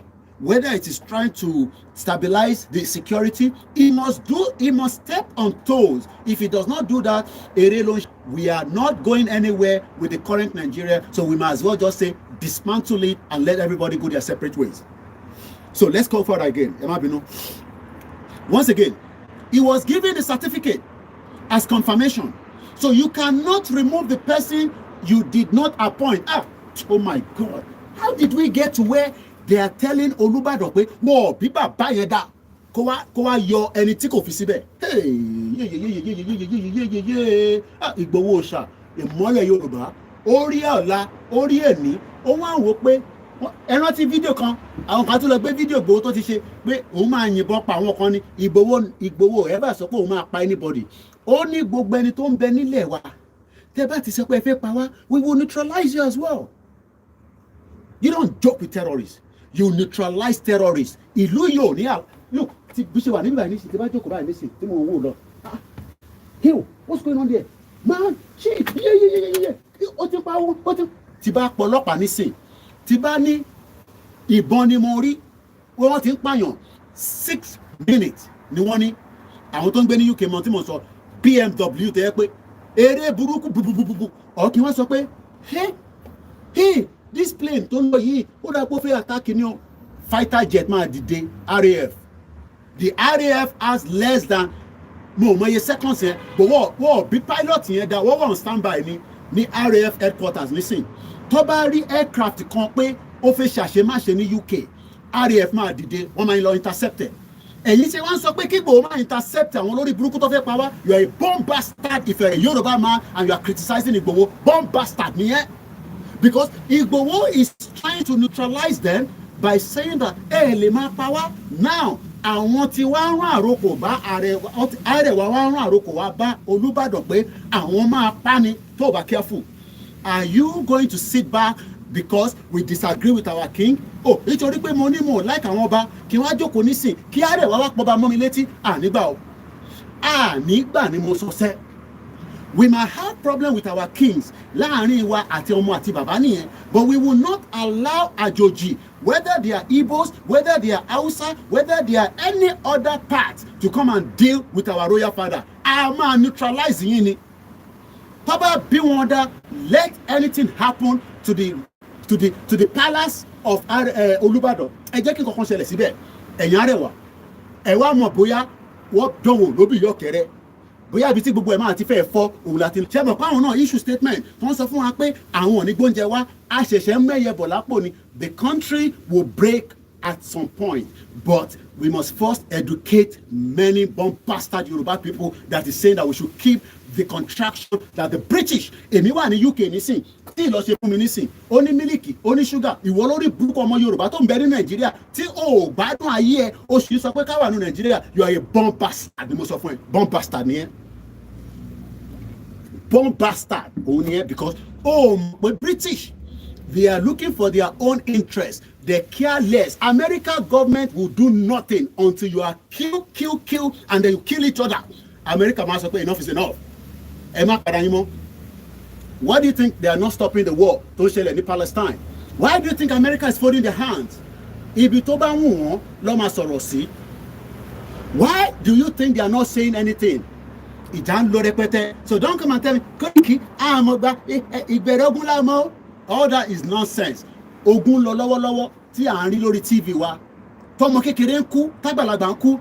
Is that what we want? This is why we say we need everybody on board right now before Arewa go into the palace and kill our king. Tó bá ti pa ọba, àwọn ọba tó kù máa yà dànù ni but àwọn ọmọ wọn ànígbà á wọlé sí lára ẹ mo sọ á wọlé á máa jọ neutralize ara wa ni tí United Nations máa fi wá dá wa sí in tó ń ṣẹlẹ̀ pé kí ló ń ṣẹlẹ̀ gangan. Only one person is fighting now and that one person is the Fulani terrorist. Ẹ má bínú platform kan ti kú because a ní kẹ́ fún wa lówó tá bá ní owó à lọ ra iPad tuntun ìta bá nílò la máa lò so ìyẹn ti kú so wá lọ join platform mi kò sí nǹkan tá lè ṣe sí yẹn so ẹ ṣáà rí gbogbo àwọn media káàkiri gbogbo àgbáyé brand new ló ń lò so táwa bá sọ pé I need the support ẹ fún wa lówó is because we are lè máa lo the same tá à ń lò for more than 3 years laptop ló ti dẹnu kọlẹ̀ yẹn nísìn àríyàn kan tó ní Koiki mo tẹ̀ bínú bó tẹ̀ jẹ́ pé màá bẹ̀ rà ni kí n má fún ẹ lówó bó báyìí kó fẹ́ náwó yẹn kí n fún yín ní specification kẹ bá wa order laptop yẹn kẹ send ẹ̀ sí mi àìtí rí yẹn but ẹ máa ń gbádùn fídíò àbí no problem ìtaba nínú la máa jọ máa lò ó kù díẹ̀ ni. Now ẹ jẹ́ ká move further nígbà tí wọ́n ti sọ fún wa pé ọba ilẹ̀ Yorùbá ò ní right láti yọ àwọn kúrò wọ́n ní òun kọ́ ló fún àwọn ní confirmation ibẹ̀ yẹn pé Abacha ló fún àwọn ní confirmation Tinubu dẹ̀ kọ́ ló fún wọn ní confirmation ìbéèrè ní sí ni pé kí ni Bọ́lá Tinubu máa ṣe right now to make sure he stop that nonsense ẹ má bínú ẹjẹ ń gbélé wọlé so that ká lè move eléyìí sí abẹ́ ìbòjì so that ó clear bẹ́ẹ̀ yẹn ẹ má bínú ẹ̀yin wa pé there's a lot of reflection ẹ jẹ́ kó máa rí bẹ́ẹ̀ kò dẹ̀ sí nǹkan tí mo lè ṣe sí so àjọ máa manage ẹ̀ náà ni so tó platform kan bá ń disturb ẹ lọ sọ́nà that platform mo kí ẹ̀yin tẹ́ wà lórí mixella inú yàrá lẹ́yìn wà ni mo ti connect laptop yẹn mo dẹ̀ mọ̀ pé wà níbẹ̀ but mo lè rí comment yín but mo kí gbogbo yín lẹ́ẹ̀kan sí. Now let's move further. Wọ́n wá ní we are committed to the leadership of Olubadan of Ibadan as well as other authorities therein collaborating his view. Ubangari of Shasha Nalado said, by virtue of this, my Yasin is only answerable to the exalted leadership and institution of Olubadan, and to which is loyal and the subject. Ìkànnì ó gbọ́dọ̀ accept pé Olubadan ni bàbá. Ìkànnì àwọn ní accept pé because Olubadan kọ́ ló fáwọn ní institution yẹn àbí ló fáwọn ní certificate yẹn. So you can see where the problem is now. One of them is saying that àjòjì ni wá níbí báyìí even though we are Nigerians. Àwa kọ́ la nílẹ̀ yìí. This is not the northern part of Nigeria. Àwọn community ló fún wa níbí báyìí ká máa lò ká máa rẹ̀ síbí ká máa bí síbí ká máa ṣe business ká jọ máa bára wa gbé ní ìgbégbé àlàáfíà. Ìkan wá sọ pé no Olúbàdàn kọ́ ló fún àwọn ní certificate Abacha ló fún àwọn ní certificate. This is where the problem started. Let's move further. Now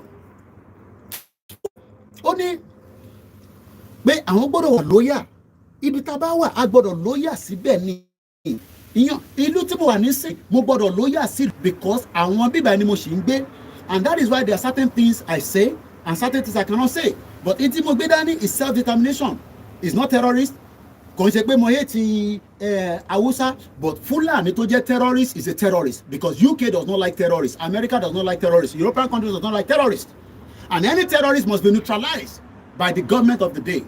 But our government are not doing that, and we hope that the new administration will make a big change. Ẹ jẹ́ ká continue 10:26 and ìpẹ́ parí ètò yìí. Now wọ́n ní we are hereby appealing to Olubadan of Ibadan Ọba Balogun to please intervene by calling Zunguru and his co-travelers to order in order not to let the disgruntled element to cause mayhem. Oh, man tán pè ní mayhem in Ibadan. Ṣé Koiki lẹ́nu fẹ́ dẹ́kun sílẹ̀? Ẹ jẹ́ káwọn dá mayhem sílẹ̀. Ẹ mọ̀ bóyá wọ̀ nípa yín dànù. Ẹni tó jẹrẹ sí apá ṣégèsí lára. Ẹ ní mi mo fẹ́ dẹ́kun sílẹ̀. Arákùnrin wa ní kí ọba Olúbàdàn tètè bá wọn dá sọ̀rọ̀ tó wà nílẹ̀ yìí kó má di gbàgbòs kó má di ọ̀rọ̀ orí M1 nílùú Ìbàdàn láti ọ̀dọ̀ àwọn Arewa. So are we gonna fold our hands and do nothing? Well, àwọn tó tẹ respect the governor ló máa respect ọba. Ṣé àwọn tó tẹ respect ọba ló máa respect the governor? But I expect Seyi Makinde to do something as quickly as possible. Now let's go further. So Zunguru, only in order not to have mayhem in Ibadan, in particular, and the state in general. So it's not just in Ibadan. They are even saying in every part of Oyo State today that there might be mayhem, there might be crisis. Even though the crisis bá bẹ̀rẹ̀, ó fi jẹ́ kó yá náà ni. Ẹ̀yin tẹ́ wà ní north, ẹ má fi gbogbo ara wà níbẹ̀ yẹn mọ́. Problem yóò ń brew up. It might last another 2 years, another 8 years, but one day, only were too late. Ẹ máa move díẹ̀. Ẹ máa náà sọ fún yín o. Torí gbà ẹ máa ní àwa la dá problem sílẹ̀. Okay, I think that's about the headline. So now, kí n kọ padà sẹ́yìn. Wọ́n ní àwọn appeal sí Olubadan of Ibadan, Ọba Balógun, láti bá wọn dá sọ̀rọ̀ tó wà nílẹ̀ yìí. Nítorí pé àwọn disgruntled element, àwọn olórí burúkú tó wà láàrin wọn tó jẹ́ Fúlàní terrorist, wọ́n lè dá mayhem sílẹ̀, wọ́n dẹ̀ lè dá ṣùrùtù sílẹ̀. So that is what is happening. Tàbí ká tó fi tó yín létí ẹ̀yin ọmọ Yorùbá. Ẹ jẹ́ ká padà sí fídíò tá a play lẹ́ẹ̀kan nípa ìṣẹ̀lẹ̀ tó ṣẹlẹ̀ ní ìlú Ìbàdàn. No, ní ìlú Gangan ní last 2 years. Let's go back and remind you. Mayhem tó dá sílẹ̀ nígbà yẹn kékeré lẹ rí. This time around, gbàsgbò tó máa gbé wá, Ọlọ́run jẹ́ ká gba gbogbo wa kó ka tábà tètè ṣe nǹkan pàṣẹ sí i. Gbogbo ẹlẹ́sẹ̀ ti rí lọ́wọ́lọ́wọ́ bá ni mo ṣe fídíò Sunday. Gbogbo iṣẹ́ tí Fúlàní pa, bàbá sọ, ẹ̀ràn wa kọ́ni lọ́wọ́, ẹ̀ràn wọn èèyàn lọ́wọ́. Ogun bọ̀, ẹ̀wòrán Ṣógun ò ti dé. Ṣógun ò ti dé. Òkú tó wà lẹ́gbẹ̀ẹ́ máa ń sọ̀rọ̀ sí more than 15. Ẹ̀wòrán Ṣógun dí àbí ogun òde. Iṣẹ́ Fúlàní lẹ́wọ̀n yìí o. Èyí Sunday lọ́wọ́lọ́wọ́ bá gbogbo ilé iṣẹ́ tí rí. Gbogbo akọ́ni ẹjọ́ ẹni dé. Wọ́n ti pọ́pọ́ tó bá ìgbà ẹni dé ẹjọ́. Ẹjọ́ torí Ọlọ́run má kí àìjẹ wa gbé. Gbogbo ẹ̀ bá ti wo fídíò bá ń pẹ́ kó ìkẹ́ ẹjọ́ lọ́wọ́lọ́wọ́ báyìí. This is war, ẹ ti rí. Ẹjọ́ torí Ọlọ́run fóònù tó ti fẹ́ kú, fóònù ti fẹ́ kú. Ẹ wo ìgangan láwà, ìgangan láwà. Ẹ jẹ́ ká ṣọ́jà Nàìjíríà lẹ́ni. Ẹ jẹ́ ká ṣọ́jà Nàìjíríà lẹ́ni ẹjọ́. Ẹ jẹ́ ká ṣọ́jà Nàìjíríà lẹ́ni èrí Sunday. Èmi Sunday já ṣọ́jà Nàìjíríà òkú ti pọ̀ ju ẹjọ́. I'm sure some of you forgot about that. Èèyàn kan wá jáde, ó wá ní gbogbo kíní tó ń ṣẹlẹ̀ yìí, it's not acceptable. We want to live with you, but we cannot live with people that are committing crime against humanity. We cannot live with people that are creating mayhem. Wọ́n máa ń sọ fún wa nísìnyí pé mayhem kékeré lè ṣe rí o. We will create more mayhem, and if care is not taken, either we accept it or not, everybody might be affected. I don't want to sit back to be affected. That is the reason why I am coming out continuously advising, saying that enough is enough. We would not accept. Sorry, Royal Mail ló ń ṣiṣẹ́ lẹ́nu nísìn. Do you work on Sunday? Kò tẹ̀ ẹ̀gbọ́n tí mò ń sọ. Sometimes, ṣe ń gbọ́. Mo sọ fún yín pé logistics is a big business. Royal Mail ó wá deliver parcel bí a parcel yẹn urgent. Òun ló deliver lọ́wọ́lọ́wọ́ nísìn. Sẹ́dọ̀ mi bọ̀ mi. Ẹ máa bú wa. Ẹ máa criticize àwa táwa labroad. Ayé tó dára ń gbé. Lótìtọ́. Kan sọ pé what makes you think it is not going to happen? Ẹni tó bá ní kò ní happen náà ni. Tó bá dẹ̀ ti happen gbogbo àjọ máa rí náà nìyẹn. Ṣèbí kò ní happen láàrin tí ogun kan lọ lágbàáyé. Kọ́lọ̀ má jẹ́ kó happen náà là ń bẹ Ọlọ́run fún. Tó bá dẹ̀ ti happen, ó happen náà nìyẹn. So mo fẹ́ play one more video. Bẹ́ẹ̀ ta kakọ̀ lè ṣí kakọ̀ because mo fẹ́ parí program in less than half an hour because I have other things to do as well. Mo kí gbogbo alẹ́ nǹkan sí pé a kú gbójú ọjọ́ ṣe rí lẹ́nu. Ọba Elédùmarè kò ní fèmí sílẹ̀, kò ní fi ẹ̀yìn sílẹ̀. Wọ́n ò ní gbalẹ̀ Yorùbá mọ́ lọ́wọ́. Gbogbo ẹni tó bá ní studio number wa màá fún yín láyè kẹ́ bá wa dá sí i. Kí lẹ̀yin rí sọ̀rọ̀ tó wà ńlẹ̀ kọ́ má ní pé ẹ Koiki tí ẹ ti pọ̀ jù. Ṣé wọ́n nìkan lọ́mọ Yorùbá ni? Ẹ̀yin náà lè bá wa dá sí i. Ẹ má bínú mo lè ka comment yẹn púpọ̀ because of the sun rail. Gbogbo yín pátápátá náà ni mò ń kí láti gbogbo ibi tí olúkálukú wa wà. Bàbá ríyàn méjì mẹ́ta tó lè dá sí i ká tó máa tẹ̀síwájú. If not, a máa mú ètò yẹn wá sílẹ̀. Mo kí gbogbo ẹ̀yin tẹ́ ń wò wá ní gbogbo ibi tẹ́ ti ń wò mí pátápátá. Ẹ̀yin tẹ́ ń náwó rẹpẹtẹ láti fi mọ bí nǹkan ṣe ń lọ. It is very very expensive, especially with all this. Kò jẹ́ kí internet were expensive, but because it is Nigeria, it is very very expensive. Mo kí jaya tó bá wá ní báwo ni ti tọ̀dọ̀ tiwa ṣe.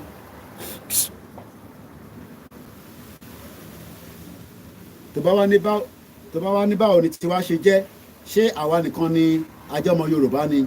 Kò ń ṣàwa nìkan, but bó ṣe ń kà wá lára, bó ṣe ń dùn wá, la ṣe ń jáde, la ṣe ń sọ pé ẹ má ẹ̀ka dákẹ́ kí tiwa má bàbá wa dákẹ́. Àwọn bá wá bá ní problem pẹ̀lú wa, ìyẹn mean anything. Àwọn tó jẹ́ olórí burúkú tó fẹ́ gbalẹ̀ mọ́ wa lọ́wọ́, we must not give room for that. Let me remind you before we go again, this is what is still the same people that will be still ruling us abeg. Lọ́kàn ààrẹ, ṣé ìwọ kàwé? It's still the same people.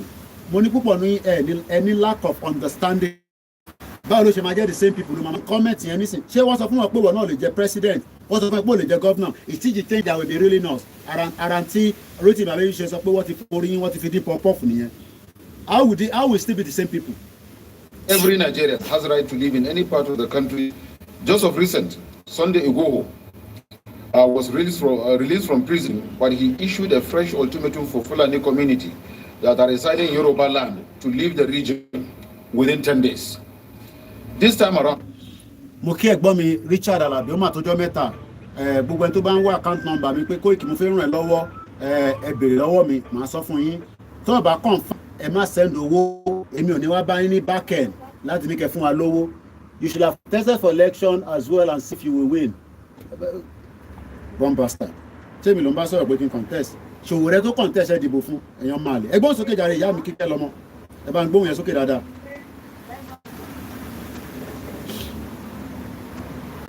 Ṣòwòrẹ́ wà nílé ẹ dìbò fún, kí ló dé ẹ dìbò Ṣòwòrẹ́? Ṣèbí Ṣòwòrẹ́ bẹ́tà ju Tinubu kan lọ. Ìbí Jagaban lẹ fẹ́. Ẹgbọ́n sókè ìyá mi, mo gbọ́ yín. Hello.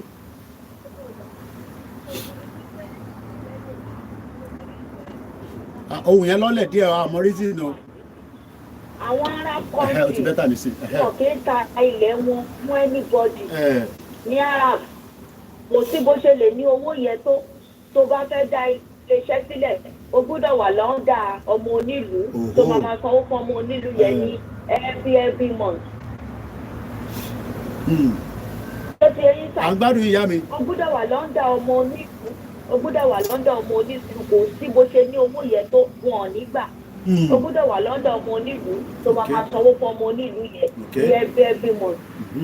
Wọ́n talẹ̀ wọn. Ọgbọ́n yẹn àwọn Fúlàní yẹn wọ́n ti lọ gbọ́n ọgbọ́n yẹn wá láti ilẹ̀ Arab. Àwọn ọba wọn tá a dẹ̀ ní náà alátẹnujẹ ni wọ́n. Nǹkan tí wọ́n jẹ báyìí ni tó bá ti rí owó gbogbo nǹkan tó ń ṣe wọ́n ti tán. Àwọn bàbá yẹn ṣèbí tó nǹkan tí bàbá olóyè Sunday gbogbo tó ń jà fún lélẹ̀ pé kí àṣẹ lè padà sẹ́nu àwọn bàbá yìí. Bẹ́ẹ̀ni. Àtàwọn ọba wa táwọn bá ṣe ń sọ̀rọ̀ wọ́n rò pé bí à ń bú wọn ni wọn ọ̀dẹ̀ mọ̀ pé à ń pè wọ́n sákìyèsí. Àìlóò ní jẹ́ ìbẹ́hùn lárẹ̀wá tí náà máa ti gí bọ́ ọba nídìí báyìí ní sí kí làwọn á ṣe sí ẹ̀ báyìí kọ́lọ́ kó ṣàánú wa.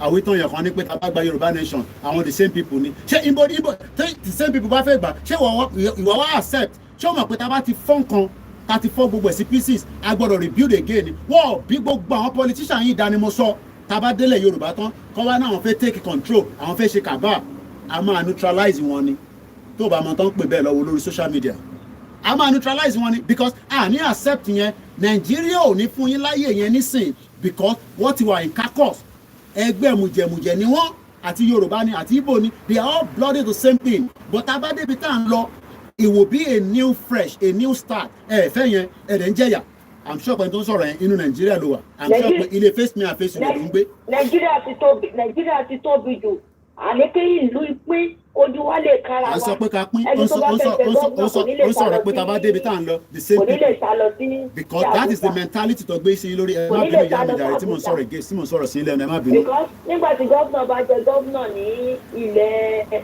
Yorùbá tó wá lọ sùn fàbùdà. Yàyà Bello lórí burúkú kò gbé ní state ẹ̀ Àbújá ló ń gbé helicopter ló fi wá sí state lójoojúmọ́ láràárọ̀ olórí burúkú somebody. Bọ́tà bá gba alẹ́ wa ó ti wá máa kára wa. Bẹ́ẹ̀ni. Ìwọ tó bá fẹ́ jẹ olórí lé wa lórí a máa mọ̀ ìpè òkè o ìdílé báyìí ló ti jáde. Even gan ṣẹ́tẹ̀ rí gbogbo yẹn what people don't understand is there will be a new institution we will start afresh a máa ní political party o fẹ́ ṣe party ni o fẹ́ ṣe bí irú èmi nísìn I'm a member of the Labour Party ìjọ mo ti bá wọn ṣe party kìíní kankan rí ṣé mi tí mo wá bí ṣe máa jẹ bí ṣe máa mú ṣé mi tí mo wá bí ṣe máa jẹ bí ṣe máa mú. ṣé ní gbogbo àwọn tó ń kọ́mẹ̀tì lórí Facebook àti lórí YouTube yẹn wọn ò ní common sense. ìyẹn la ṣe ń láti máa educate yín ìyẹn la ṣe ń try láti máa educate yín we are not here to curse you we are not here but ó dà pé understanding yín ẹ ṣe ń wò pé tá a bá débi tá à ń lọ yẹn àwọn the same set of people yẹn náà ló máa jẹba lórí yín ó dà pé orí yín ò kú ẹ tí ní understanding. àwọn kan tó máa sọ pé ṣe báwọn politician ṣoṣo àwọn kan tó máa sọ pé ṣe báwọn bẹ́ẹ̀ni Obiano tó jẹ́ governor Anambra state governor àbí nǹkankan America ló ń gbé nísìn òun ṣe wà ní state ẹ̀mọ́ nísìn they will all run away they will not be able to live with us because wọn ò ní lè accept pé rule of law ó gbọ́dọ̀ wà nílùú tá a bá ń gbé kò sí rule of law ní Nàìjíríà lẹ́nu and that is why they are disturbing you. Mr. Quick ìlú tá a wà yìí mélòó ni gbogbo wọn mélòó ni wọn nílùú tá a wà yìí mélòó ni wọn kára wọn mélòó ni wọn mélòó ni gbogbo wọn. kò ní da fún bàbá ìwọ tó ní a máa tọ́ra wa olórí burúkú ọmọ àlè kò ní da fún àwọn tó bí ẹ àwọn tó bí ẹ ọlágbẹ àwọn tó bí ọ ní jèrè ẹ Fúlàní máa pa yẹ ọ máa pa bàbá ẹ olórí burúkú ọmọ àlè bomb bastard. ẹ máa wo béèyàn bẹ́ẹ̀ yẹ ó lè jẹ́ pé àwọn tó máa wá tọrọ owó lórí Facebook. ọmọ wa bíi ọmọ wa irú àwọn yẹn ló máa ń wá orí Yomi Hamzat àti bàbá alágbàlà tó máa fún yín lówó àwọn bàbá alágbàlà àwọn kiri bomb bastard bàbá tó bẹ̀rẹ̀ ní jèrè ẹ. àwọn tó wà lábúrò. wọn ò ní jèrè ẹ aṣọ àti ṣé mú kí yẹn káwọ sí lẹ́tọ̀ọ́. ìbáwọn náà lọ́jọ́ tẹ̀lé àwọn politician nígbà tá a sọ pé kọ́ máa dìbò pẹ̀ tán bẹ̀rẹ̀ sí ní ìfúnpá tó ń sọ̀rọ̀ gbogbo wọn pariwo ti pé ìlú ò sì lè mọ ẹ̀jẹ̀ bẹ̀rẹ̀ wọ́n ní fáwọn tó wà lábúrọ̀dì wọn là ń sọ̀rọ̀ sí wọn. The weather is good. wọ́n là ń sọ̀rọ̀ sí wọn pé ṣe bá a sọ pé àwọn la lọ dìbò. èyí kọ́ lè lọ dìbò ní àtọ́nà yín pé ká lọ dìbò nígbà tá a kígbe pé ká máa lọ dìbò ẹ̀dá wa lówó ẹni pé àwa la fẹ́ sílẹ̀. ẹ̀yin sọ fáwọn politician yín kọ́ calm down. ẹ ṣe lọ sọ fáwọn politician yín kọ́ calm down. àwọn politician yín tó ń dòyà yín tó ń bá yà yín sùn tó jẹ́ kẹrí ṣe bomb bastard ẹ̀yàn máa lè kò ní da fún bàbá ìwọ tó bá ní kí calm down bàbá ò ní sórí ẹja fẹ́ lómi ìlàyé ìyá rẹ̀ ìyá mi wọ́n ní calm down àwọn politician fìyà jẹ yín ẹ̀ ní kọ́ calm down ẹ̀ ní kúure ẹ̀ lọ sọ fáwọn politician yín àti APC àti PDP ọmọ yẹn tí APC jẹ ní Nàìjíríà ẹgbẹ́ òsókè ẹni tó bá ti fẹ́ pè wọlé bomb bastard ẹ̀yàn máa lè ẹ̀ lọ sọ fún wọn ẹ̀ ń tí kẹ́mi calm down politician ti rape yín wọ́n ti rape bàbá ẹ̀ wọ́n rape yẹ́ ẹ̀ wọ́n rape gbogbo wa wọ́n gba gidi lọ́wọ́ wa wọ́n gbé gbẹ̀dù lé yín lọ́wọ́ èmi ṣe mu títàn nísìnyí olóṣì ògì nísìn ò lè mú ní Nàìjíríà kò ní da fún bàbá ẹ ìwọ tó bá sọ pé kí n calm down ogun lákàáyé máa wọlé pa ẹni wọ́n pa àwọn èèyàn wọ́n bá àwọn èèyàn sùn mò ń bá ìgbọ́n mi ní Morocco ẹni sùúrù èmi ló kàn gbóhùn sókè láti Morocco kò ní da fún yín èèyàn máa lè ìpìlẹ̀ máa gbà láàárọ̀ Sunday ẹgbọ́n sókè má bínú ẹ káàbọ̀ sórí ètò. bó ti jẹ́ ẹnìyẹn ìpínlẹ̀ ni irú àwọn báńsà ìní tó bá jẹ́ pé ọ̀rọ̀ bó tí wá ti ń bọ̀ ní ìjọba tó ti fún 1,000 ìsínlẹ̀ mọ̀ ní kí wọ́n tún máa ta ìkàkiri. ẹ tún lọ máa dìbò ní 2027 ẹ̀yin lóṣù ṣèbẹ́ ti fẹ́ dìbò ní Kogi state sí. irú àwọn wèrè tẹ́ ń kéjì pray fáwọn àwọn èèyàn mínú tí wọ́n lè mẹ́ta àwọn olóòrò irọ́ ni wọ́n ń pa irú àwọn olórí gùn nu. ọmọ senator former ẹ má bínú ẹ̀gbọ́n mi former governor Ogun state àtàbí kẹ́dábírí London bíbẹ̀ láwọn ọmọ ẹ̀ ń gbé àwọn méjèèjì tó ń ṣe kíbọ̀rọ̀ kì tó ń bímọ sí bíbẹ̀ olórí burúkú ìwọ jókòó sí Nàìjíríà ó ní pé kèmí calm down èmi ń jìyà fún wọ kí ó pé kí ayé wa lè dá ṣé ìyá ń jẹ mí ni ó ní dá fún gbogbo yín bomb pasta yín. ìmọ̀ bóyá wo ètò ìyá Yorùbá wuyì ní pé ọmọ Yorùbá pé wọ́n kún síta tẹ́ ń sùn níta nínú Èkó wọ́n náà mọ̀ yẹn kún síta tí wọ́n sùn ní ìta. ẹ̀sán nílé tẹ́lẹ̀ ni ṣé wọ́n kọ́lé fún wọn ni wọ́n kọ́lé fún wọn náà. oyún ò ní làákàyè. à ń sọ pé ìyà ń jẹ wá ọba lọ́nà fẹ́ ti gìbọ̀ ní ìdìbà ẹ̀ nísìn tẹ́ ẹ kínú máa bí gbogbo wa ó ń sọ pé kèmí calm down ó lọ sọ fún àyẹ̀wò tó fẹ́ ti gìbọ̀ ọba ní ìdí nísìn pé kó calm down ó lòṣì. ọdún náà agbọ̀dọ̀ tó fún ìjọba wa agbọ̀dọ̀ mọ ibi tó bá náà fi sí bá. ibi tó fi sí òfìsí àtẹ̀kọ́ ìyẹn ló sọ pé agbọ́dọ̀ support ọba bẹ́ẹ̀ ni agbọ́dọ̀ support ọba bẹ́ẹ̀ ni agbọ́dọ̀ support agbọ́dọ̀ mọ bí tọ́ba náà fi ìtura yẹn torí ọgbọ́dọ̀ ní sùúrù. ẹ ṣe gan ni ìyá mi aláyọ̀ kò ní bàjẹ́ fún yín. ẹ ṣe gan ni. ẹ ṣe gan ni. mo dó lórí mission mi. ẹ ṣe gan ni bàbá mi. ẹ bá tó fẹ́ lómi láyé. kó bọ̀ jẹ́ ṣúkúṣúkú náà ní ṣúkúṣúkú ni because kó ìkẹ́ mọ̀ pé ní Sunday gbogbo ẹni tẹ́ ṣe services àdúrà yẹn gbà. I am not here to cause serious Yoruba people but ọmọ alẹ́ Yorùbá tó wá sí bíbá màá bú bàbá ẹ̀ màá bú ìyá ẹ̀ ọmọ tó kọ́ dáadáa ni mí.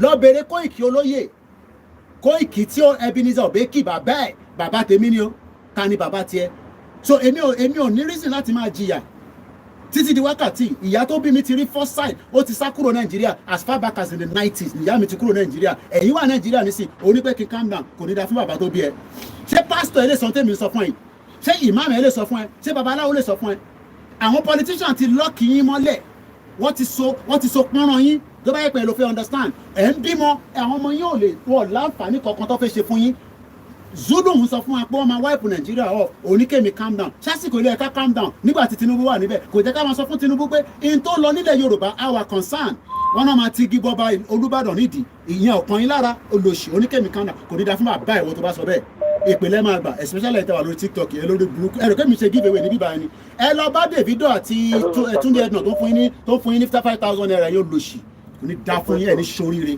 gbóhùn sókè ẹni tó ń pè wá ẹ má bínú sà ẹ má bínú èèyàn gidi ẹ mọ̀ pé mo kì í sọ̀rọ̀ báyìí ẹ má bínú àwọn ọmọ àlè yẹn ni mo ń bú especially ẹ̀tẹ̀wà lórí TikTok ìpìlẹ̀ máa gbà lẹ́nu mi èmi ò ń ṣàdúrà ní bíbá ìpìlẹ̀ máa gbé kúrò ó bẹ́tà kó má dó lórí platform yìí ìbíbá yóò ń ṣe ibi tá a ti ń sọ̀rọ̀ okó àtòbò kò ní da fún àwọn tó bí ẹni mo sọ fún ẹ àwọn tó bí òní jèrè ẹ wọ́n ń pa àwọn èèyàn wa à ń sọ pé wọ́n ń pa wá wọ́n tún wọ́n fẹ́ pa ọba nísìn kàdákẹ́ ṣé ó dìgbà tó bá pa ọba wa ká tó jáde olùlòṣì bóun ṣe pé ẹ má bínú àràgbà tó ń pè wá ẹ ní ṣoríire. àkókò ìsinmi ni a máa sọ fún ẹ láyé. àṣẹ Èdùmàrè inshallah láṣẹ Èdùmàrè what God cannot do does not exist gbogbo ẹ̀ lèmi ṣe mẹ́tẹ̀ẹ̀ta ni 3-in-1 ni Kóìkì ṣe ní dá fún yín ẹ bóun sókè.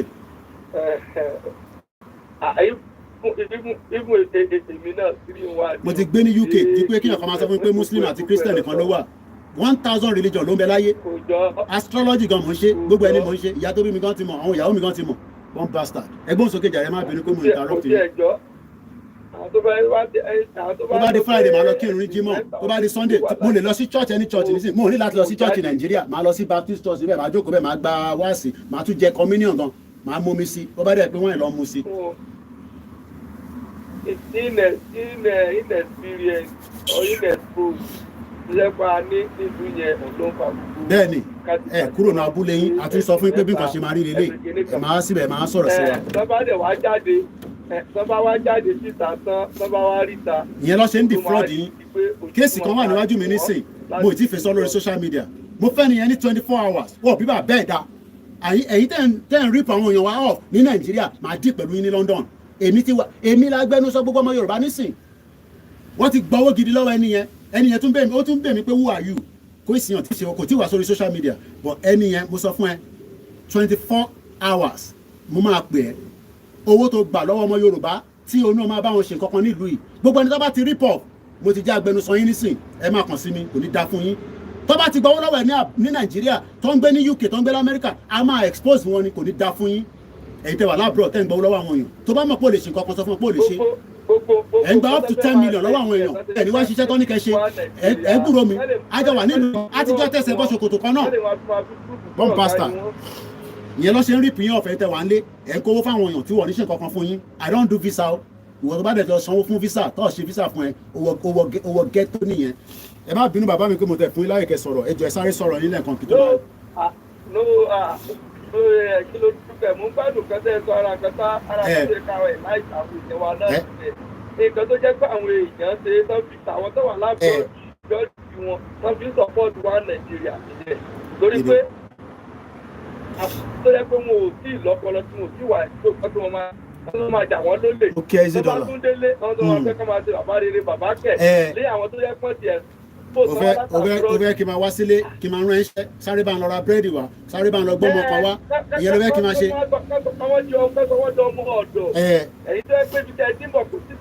gbogbo ọmọ tó wà nílùú tó wà ní full time education free bus ló ń lò lọ́ fi ń lọ sí school lọ́ fi ń káàkiri over the weekend mo ń rábà mo ń sọ̀rọ̀ fún yín mo ń enlighten yín eléyìí tẹ fún mi ṣé owó ẹ̀ pọ̀ ni ẹ ṣe gan ni thank you so much.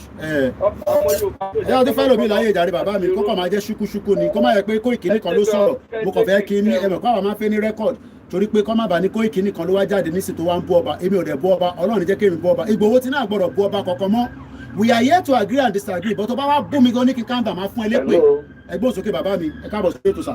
Hello Koiki. mo kì í sà ọlọ́pàá ló ń lọ ẹ nísìn ọlọ́pàá ló ń lọ ẹ ọlọ́pàá no ambulance ló ń lọ ẹ nísìn ló fẹ́ lọ save ẹ̀mí ẹgbẹ́ òsókè sẹ́ má bínú mo ń gbọ́ yín sà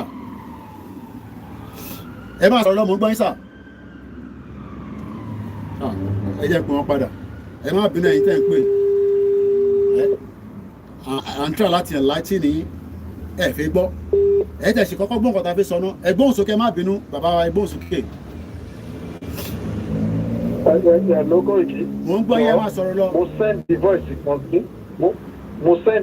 kan sí ẹ ní WhatsApp torí bó ṣe ta mí lára sí àti tí mò ń rí ló jẹ́ the voice tó bá ṣe é play fún wọn kó dọ́dọ̀ àwọn ọba inú mi ò bá dùn tí ò bá ṣe é play lọ́dọ̀ no ẹ ti rán mídíà ṣe ilẹ̀ ní gbogbo ilẹ̀ ní Koiki Media mo ń polówó ọjà ẹ jẹ́ kó dìgbà máa play nísìn. mo bẹ̀ ẹ́ ni the first one is for these kings for them to not sit down useless in their palace. All right, sir. Àwọn ìjọ́jì yóò lè máa ránṣẹ́ sí president ṣáwọn náà nílùú ni ṣáwọn ni wọ́n ní ìlú tọ́kù tó pé wọ́n fún president 2 weeks àwọn bá tẹ̀ jókòó síbẹ̀ wọ́n dákẹ́. Easy. Very painful situation. Ọ̀dà máa plẹ̀ mo ti rí méjèèjì máa plẹ̀ nísìn ẹ ṣé gan ni ẹ jẹ́ kí gbogbo ẹ̀yin olólùfẹ́ wa happy Sunday èmi náà ti gbọ́ sermon láàárọ̀ yìí mo ní sọ pastor ti máa ń gbọ́ lórí social media èmi náà ní pastor mi kan ti máa ń like program méjì ni wọ́n tó bá ti ń ṣe báyìí èmi náà máa ń jókòó pa síbẹ̀ tó bá ní amen èmi náà máa sọ amen kàn ní rí kí n comment nìkan tí bá comment yẹn lẹ́ máa screenshot ẹ máa ní bí a pastor tí mo ń gbéṣẹ́ fún nìyẹn no religion is not something inside caucus any religion eré tá a sọ níbi by self determination ni gbóhùn sókè láti Dublin ṣe ti ṣe night àwọn tó ti lọ ṣiṣẹ́ lélẹ̀ káwá sẹ́ndì owó sẹ́yìn nílé èèyàn máa lè. bẹ́ẹ̀ni jẹ́ mọ̀ pa àwọn máa ń pè wá táwa mú wa lé tí wọn mọ bó ṣe ń lọ tó rẹ̀ lọ́sọ̀ máa rán ẹni wọn bíi fáìlì. happy Sunday yẹn wa. àwọn tó fi wọn ti dàrú àwọn tó láyé wọn láyé ó sọ pé kẹ calm down kò lọ sọ fún bàbá tó bí ilé gbogbo calm down ẹ torí ẹ ti dàrú wọ́n ń pa àwọn èèyàn wọ́n ń gbé wa lórí wọ́n ń gbé wa lójoojúmọ́ wọ́n ní ká má lọ sóko wọ́n ń rèé pa àwọn ìyá wa wọ́n ń pa àwọn àǹtí wọn ń pa àwọn bẹ̀dá wa wọ́n tún destroy economy. àwọn ilé wa kidnap wọn pọ̀ wá dání ìyẹn ò ká yín lára kò dùn yín kò ká yín lára alẹ́ ẹ̀ láyé ẹ̀ tí mo fẹ́ ẹ̀ láyé ayé yín dàbí bàtí jẹ́ pé wọ́n ti program ayé yín pé ìgbà yẹn òun ni kẹ́ wá jẹ kú òun ni kẹ́ jẹ kú tó yẹ lè ṣe máa lọ́mọ Yorùbá kan tó ṣe máa dìde yí pé ipò fẹ́ wà against Yorùbá nation àbó máa wà against pé Sunday Igboho tó kí Fúlàní máa pa wá mọ́ ṣé kí Sunday Igboho tó kí Fúlàní máa pa wá lọ ni ṣé kò sọ wípé kí Fúlàní máa pa wá lọ ni ìwọ náà sọ fún wọn dà ẹ̀mọ́ ń bèèrè lọ́wọ́ rẹ̀ ṣé kí Sunday Igboho máa sọ pé Fúlàní o máa pa Yorùbá bó bá ṣe wù yín ìgbà yẹn inú yín máa dùn káwọ́ sókè pàtẹ́wọ́ ó kọ̀ dàbí ẹni tí bíbà ti jẹ́ pé bóyá wọ́n ti gbé ọpọlọ wọn lọ. wọ́n ti ṣiṣẹ́ lé Nàìjíríà lórí iṣẹ́ ẹ̀gbọ́n mi àwọn tó ti ṣiṣẹ́ lé Nàìjíríà lórí kò ń sọ̀rọ̀ ẹ̀ ní wọ́n ti lọ́ọ̀kì Ọlọ́run ló ní kí àwọn baba ńlá wa àtàwọn kìrìsìtẹ́nì àti mùsùlùmí kan mẹ́tẹ̀ẹ̀ta là ń ṣe Ọlọ́run ló ní pé kí spirit wa kó tètè rise àbá wà nínú gálọ́ ni ìbí náà bá máa ṣe bí ọ̀dẹ̀ bí dẹ̀dẹ̀rìn ẹ fẹ́ kí n máa ṣe bí dẹ̀dẹ̀rìn ẹ mọ̀ pé mo ti sọ̀rọ̀ bọ̀bọ̀ tó ń pè ní former Kebbi state governor Bagu ṣé mọ̀ pé òun ni budget minister nísìn ṣé mọ̀ pé ó negotiate pẹ̀lú government òun ló wà lára àwọn tó ń kówó Abacha jáde ẹni kí calm down àwọn tó rí pin off ẹ̀yàn ní kọ́ calm down mo kẹ́yìn èèyàn gidi o ní kọ́kọ́ calm down. a ní pé ẹ jọ mo fẹ́ béèrè kọ̀ọ̀kan lọ́wọ́ ṣé rí ẹ̀rọ kan tó ṣẹlẹ̀ ní Koiki ṣé rí ẹlòmíì nínú wọn mi ì mọ̀ bóyá èmi nínú wọn ṣá wọn ò mọ history Nàìjíríà wọn ò bí wọn sáyé wọn kò rò pé Nàìjíríà làwọn. àwọn Indomie ni ìyẹn náà la ṣe ń ṣàlàyé fún mi. Indomie generation wọn kò jẹ sáyé wọn kò sọ pé Nàìjíríà ní ẹ wá fẹ́ bírèkì Nàìjíríà ọ̀ nínú ìmọ̀ offensive Nàìjíríà bàbá orí Nàìjíríà ṣe ìwọ ló fẹ́ save Nàìjíríà ẹ fẹ́ save Nàìjíríà. ẹ fẹ́ save náà. wàá sink pẹ̀lú ẹ̀bí Titanic ni o fẹ́ save Nàìjíríà. bẹ́ẹ̀ni ó máa sink Nàìjíríà ò ní kankan tó fẹ́ ṣe fún ẹ. ẹ ṣe gan ni ẹ̀gbọ́n mi àti fẹ́lẹ̀ mi wà nígbà ẹ ṣe gan ni ẹ ṣe gan ni bẹ́ẹ̀ni. àwọn ọmọ mínísítà tí tó ń wá sókè òfin ìjọ wo lẹ́yìn rí kọ́ padà wálé kọ́ láwọn ń bọ̀ lé ìjọ wo lẹ́yìn rí. ìlú tó lúkálukú ń jẹ tiẹ̀ tán ọ̀pẹ́rẹ́sì o fẹ́ kọ́lé lásán wàá tún máa lọ wáyàn kan tó máa bẹ́ẹ̀ sọ fún yàn kan pé o fẹ́ rúfù lé ni o kọ́ má bàa disturb ẹ o ọ̀rọ̀ tí mo sọ recent one ni o fẹ́ kọ́lé lásán wàá tún máa lọ bẹ̀yàn pé kọ́ má disturb ẹ kó tó rúfù lé ẹ lórí ilẹ̀ tó rà ìwọ ọmọ Yorùbá wàá tún ṣe máa bribe ṣé kò sí gọ́ọ̀mẹ̀ntì ni kò sí local government níbo ni gbogbo local government tó ń bẹ nílẹ̀ Yorùbá wà ẹ kọ́kọ́ gbọ́dọ̀ mọ history ó tó ní o fẹ́ save Nàìjíríà àwọn èèyàn tí ń pè wọlé dáadáa jẹ́ kẹ́lómi ti wọlé jáde ẹ̀gbọ́n mi Frank kò ní bàjẹ́ fún yín. mo ní tẹ́bá tí wo program wa ẹ máa fún wa ní $1 £1 a ní ìdówó tó pọ̀ a fẹ́ raise owó gidi ká tó wọ New Year a fẹ́ raise owó gidi ẹ bá mi ti bá kọ́ ọ̀dẹ̀ tí wọ́n rí ẹ̀gbọ́n mi láti Paris ẹ káàbọ̀ sórí ètò mo kí ẹ sí dọ́là kò ní bàjẹ́ fún ẹ ẹgbọ́n sókè ẹ̀gbọ́n mi mo ń dá yín lọ ẹ̀gbọ́n mi ẹgbọ́n sókè mo ń dá yín lọ ẹ̀gbọ́n sókè àwọn yín ẹ máa sọ̀rọ̀ lọ ẹ máa sọ̀rọ̀ lọ à ń gbọ́ yín. káàrọ̀ bàbá mi bó lè ṣe kó ètò ẹ̀ àwọn tó máa kọ́ gbọ́dọ̀ ṣe mi kọ́ dúpẹ́ lọ́wọ́ madam kéòkì Olódùmarè kò jẹ́ kó fọ́ gbọ́mọ sí o ojú òní tí wọ́n ní gbọ́kọ́ sí wọn ní gbẹ́yà sí ẹjọ́ máa dàbí ẹ máa dògbò láṣẹ Olódùmarè lọ́la àwọn bàbá wa tó tẹ̀lé torí ẹ̀jẹ̀ Yorùbá ló ẹ̀jẹ̀ káàrọ̀ òjire ẹ̀jẹ̀ Ìjẹ̀bú ló rùn lára yín ẹ láṣẹ Èdùmàrè ẹ ní yàrá yín ikú òjò ní yá yín ẹ ní gbọmọ gbé ẹ ní gbọmọ sìn ẹ tẹjọ tó tọwọ́ bọ̀ yìí láṣẹ Èdùmàrè ògo Yorùbá díẹ̀ mi pé kò ní jẹ́ ti tọmọtọmọ. àmín Allah àmín Allah ẹ bá ìkàlẹ̀. àtúnlẹ̀ Sunday Adéyẹmọ àti bàbá wa Akíntóyè bàbá wa àgbàlagbà ọlọ́run máa fi ọ̀pọ̀lọpọ̀ ọdún kún ọdún wọn ní lost memory wọn ní lost iye wọn láṣẹ Èdùmàrè ìmọ̀ ẹ̀rọ fi ń kó wa torí láìsí ọgbọ́n láìsí òye wọn lè ṣe kankan ẹ̀mí ọgbọ́n yẹn Elédùmarè Ọbàtálá ọbàtá àṣà máa jogún ẹ̀ fún ọ. àṣẹ wa inshallah lágbára Jésù Kristi. ṣé gbogbo ọmọ tó ń kọ́mẹ̀tì yẹn bí wọn Fúlàní máa ń ṣe bí wọn alùfùfù ṣé alùfùlàní yẹn we need to suspect him ká máa suspect yẹn o olóńgbò information gbogbo Lagos state torí mo gbọ́ lánàá ṣe ọ̀bẹ kan kó sórí show ó ní àfúlàní ó lọ sí Àbújá lánàá ó nítorí ó ní ìwọ̀n ọba ó ní ẹ́míà Ìlọrin pé ó wá láti ṣe ìtíkẹ́ẹ̀tì ẹ̀ ó lọ sí Ìlọrin lánàá di sẹ́mà lọ ó lọ lé ní ẹ̀sìn ṣẹ́rí àlèfúlàní yẹn àlèfún yẹn we need to suspect him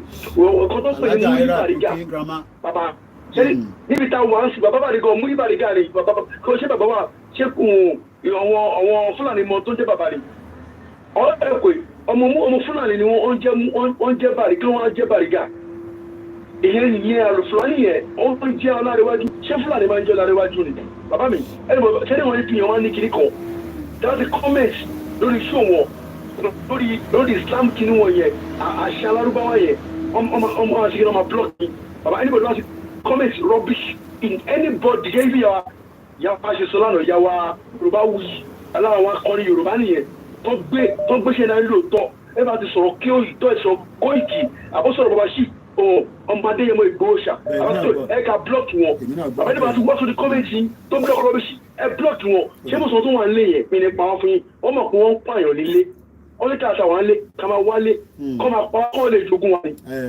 lọ́pọ̀ ìṣe ẹ̀.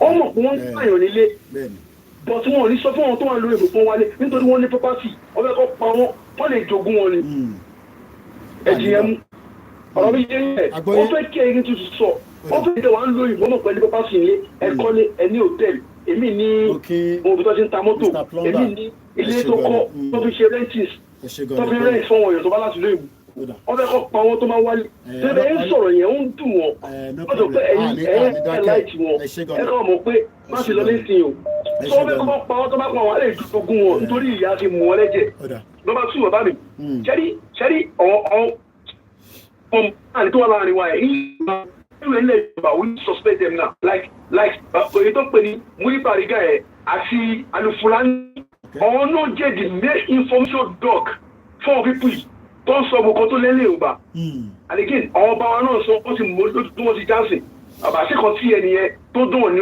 Olúbàdàn yẹn Aláàfin tó kú yẹn tó lè dùn ọ́ lójú ẹ̀ tó kò ní gbẹ̀mí kí a máa pọ̀ èdè tí máa pọ̀ èdè àná. Ẹ kọ́ ba Olúbàdàn ní kọ́ lọ gbórí ẹ̀ wá sí pálásì. Aláàfin tó kú ọ̀kan tí mo sọ fún tọ́jú Aláàfin tó kú yìí lẹ́ni yẹn sọ̀rọ̀ ẹ̀ fún ẹ ti kó máa pọ̀ jẹ́ bẹ̀rẹ̀ kó máa gbé kún bẹ́ẹ̀ ni. Olúbàdàn ó jẹ́ gẹ́gẹ́ bí baálẹ̀ ṣé baálẹ̀ lolúbàdàn ọba gidi lolúbàdàn ó ṣe baálẹ̀ ọba ni ọba gidi ni. ìkọ̀wé asẹ́yìn ṣẹ́rí ọba yìí nípa fún yín ṣẹ́rí wọ́n ti tọ́ ṣẹ́nà fúlàní wọ́n ti tọ́ bọ ọ̀rọ̀ àjọ wa nílẹ̀ Yorùbá ọlọ́pàá ṣẹ́rí wọn fúlàní tó ń pèsè àyùbá tó ń dúkọ̀ Yorùbá ọlọ́pàá kí ni pé ṣẹ́rí a máa fọmọ yàn Tinubu náà torí àsìkò ni ẹja tó fẹ́ lómi láyé ànísọ̀rọ̀ tán láyé wọn sọ ẹ má bínú ẹ̀gbọ́n mi torí àwọn èèyàn náà fẹ́ pè láti Nàìjíríà ẹ̀yìn níná orílẹ̀ tó jọ́ mẹ́ta tí mo ti bá Àlàbá sọ̀rọ̀ mo kí gbogbo ẹ̀yin olólùfẹ́ wa gbogbo yín pátápátá ni mo kí ẹ bá meet background Àlàbá ẹ bá meet background ẹ̀ tí wọ́n ní ó má tó jọ́ mẹ́ta àwọn ọmọ jàmú ló ń lọ lọ́nkàn yẹn àwọn pẹ́ẹ́sì ó yẹ gbóhùn sókè Àlàbá tèmi ẹgbẹ́ Lagos Island kódà mú kí MC olú ọmọ gan sẹ ẹjẹ Àbújá dáadáa ó kù díẹ̀ ní ẹgbẹ́ òsókè ẹ̀gbọ́n mi Àlàbá mo ń gbádùn yín. Mẹ́ta kó ike ẹ̀ka àwọn akóso mẹ́rin. Èèyàn ti kó ìkí mi di ẹ̀yàn gbowó ṣà ẹgbẹ́ òsókè. Kòǹgà ẹgbọ́n jẹ́mẹ́ta mọ́fà ní kékeré náà ní jẹ́rìí fún ti bàbá olóyè Sunday kú. Ẹ ṣé gan ni Ọlọ́run bá ń dúró tì mo kí ogun ẹni ti sàlẹ̀ kó mo kẹ́ ẹ ti gbogbo ìgbàlégà. Wọ́n ti pè mí náà láti tó rárá. Mo rí bẹ́ẹ̀. Ó ti pẹ́ táwọn Fúlàní tí wọ́n ti ń tàn wá bọ̀ tí wọ́n ti ń tọ́kù láàrin wa. Ṣé bá wò dáadáa, ẹ̀yin ẹ wo ìgbà tí àwọn Mùsùlùmù, both Christian àtàwọn Fúlàní tó bá fẹ́ gbàwẹ̀ wọn. Tí wọn ò bá tí Sàfánà Sókótó tí ò bá tí rí òòrùn. Ìyẹn ti wà tipẹ́tipẹ́ Sultan ló ní Nàìjíríà Sultan of Sokoto ló ní Nàìjíríà. Kí ló dé tí ìmọ̀ọ́mù Yorùbá bí ò máa rí òṣùpá àbí ìràwọ̀ tó jẹ́ pé àfi tó bá ṣe ìgbàṣẹ láti nọ́ọ̀tì wá kó tó di pọ́n bẹ̀rẹ̀ àwẹ̀. So ó yẹ kí ìyẹn ti kọ́kọ́ signal fún àwọn ọmọ Yorùbá pé wọ́n ń ṣerú lábẹ́ Fúlàní ni. Ṣùgbọ́n kí gbogbo ẹ̀ náà kò sí ìyé wọn. Ó máa nídà sí fún ọ̀sáàdì ṣe ní ọ̀pọ̀lọpọ̀ wa ṣe rí pé gbogbo àwọn tó ń kọ́mẹ́tì ọbẹ̀ comment section yìí yẹn wọ́n ṣì ń sọra wọn ni ṣe rí nǹkan tó máa jẹ́ kí everybody speak of God ó ti mọ̀ bá nọ́mbà wọn àti báwo rèétí epo wà sí epo ti wà ní almost ẹlòmíì ti tà ní 700. Èmi náà gbọ́ bẹ́ẹ̀ ọ̀nà ti wà ní 700. Bẹ́ẹ̀ni èmi náà gbọ́ bẹ́ẹ̀ ní náà sọ pé nǹkan tẹ́ ẹ̀ ń sọ ó tọ́ so ẹ ṣe ẹyẹ ṣàfihàn lẹ̀ àwọn fún ara wọn ló máa pa aró síta nígbà tó bá yá. Ẹ ṣé gan ni àwọn onídàákẹ́ ẹ ṣé gan ni mo kí gbogbo ọmọ Yorùbá tó ń bẹ ní Nàìjíríà àní bá Fúlàní gbé bọ̀ mo fẹ́ mọ̀ pé Fúlàní tí mo fẹ́ bá gbé tó bá pààyàn a lè ní international ọmọ Yorùbá àti local nígbà tá a bá ti gbalẹ̀ wa tó máa lè fingerprint wọn pé Fúlàní yẹn ló pààyàn àdé lọ gbé tó bá jẹ́ the same thing ẹ̀yà míì náà ni bí Ìgbò ni Haúsá ni Yorùbá ni gbogbo ẹ̀yà tó ń bẹ ní Nàìjíríà ṣe rí ẹ má máa sọ pé ká má dá dúró it is the best interest right now ọ̀rọ̀ wa máa yéra wa à lè ṣe kí ni à lè gbégbé àlàáfíà kò wá ń ṣe pé torí Fúlàní pa wá nínú igbó la ṣe fẹ́ lọ a fẹ́ dá dúró gẹ́gẹ́ bí ìran kan a fẹ́ represent ìran yìí ẹ bá gbóhùn sókè náà ní 3 minutes ẹ gbóhùn sókè ní kíákíá ẹ káàbọ̀ sórí ètò sà torí mo gbọ́dọ̀ gbé tó yẹ wálẹ̀ ẹ máa sọ̀rọ̀ lọ ẹ máa sọ̀rọ̀ lọ ẹ máa sọ̀rọ̀ lọ ẹ máa sọ̀rọ̀ lọ.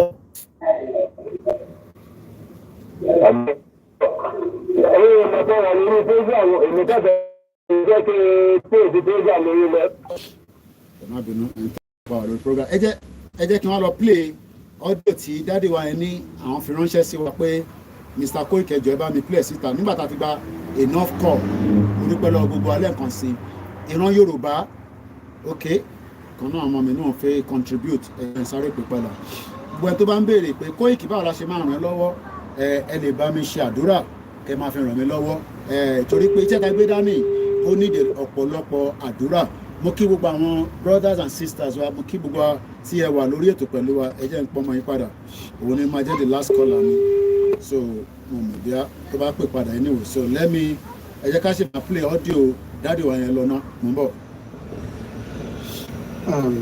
Kọ́ìkì ló wá dúró ti ọ àdúrà gbà ò ní ṣiṣẹ́ ṣe ọ aṣẹ́dùmarè ò ní ṣiṣẹ́ àmín gbogbo ìlàkàkà wa lórí Yorùbá nation jásùfò gbogbo ẹ fẹ́ sọ ọ̀rọ̀ kan tí Ọlọ́run bá fún ẹ ní àǹfààní láti lè sẹ́ǹdì ẹ̀ táwọn ọba wọ̀nyí gbọ́ kò bá dùn mí nínú ìkíní nínú ẹ̀ ṣé a fẹ́ sọ pé àwọn ọba wọ̀nyí ò gbọ́ nǹkan ṣe ní gọ̀gán àtàwọn tó ti ń pààyàn tó fi di pé àwọn ẹranko wọ̀nyí tó ń disturb wa tó ń fẹ́ jẹ́ kí àwọn àgbẹ̀ kan ṣiṣẹ́ níbí tó wá sọ pé àwọn àdá oúnjẹ dúró ǹjẹ́ táwọn ọba tó bá gbọ́ ọ̀rọ̀ yìí kí ló ṣe wọ́n tán parapọ̀ kí wọ́n dìde láti ní pé bẹ́ẹ̀ ti ń pa wá àfẹ́ mọ́ kán panupọ̀ kán ṣe mọ̀ nìkan kán ṣera wọn lọ́kan kán ṣe tó tọ́ kán ṣe tó yẹ láti gba Yorùbá sílẹ̀ nínú gbogbo wàhálà ìdààmú yìí wọ́n dákẹ́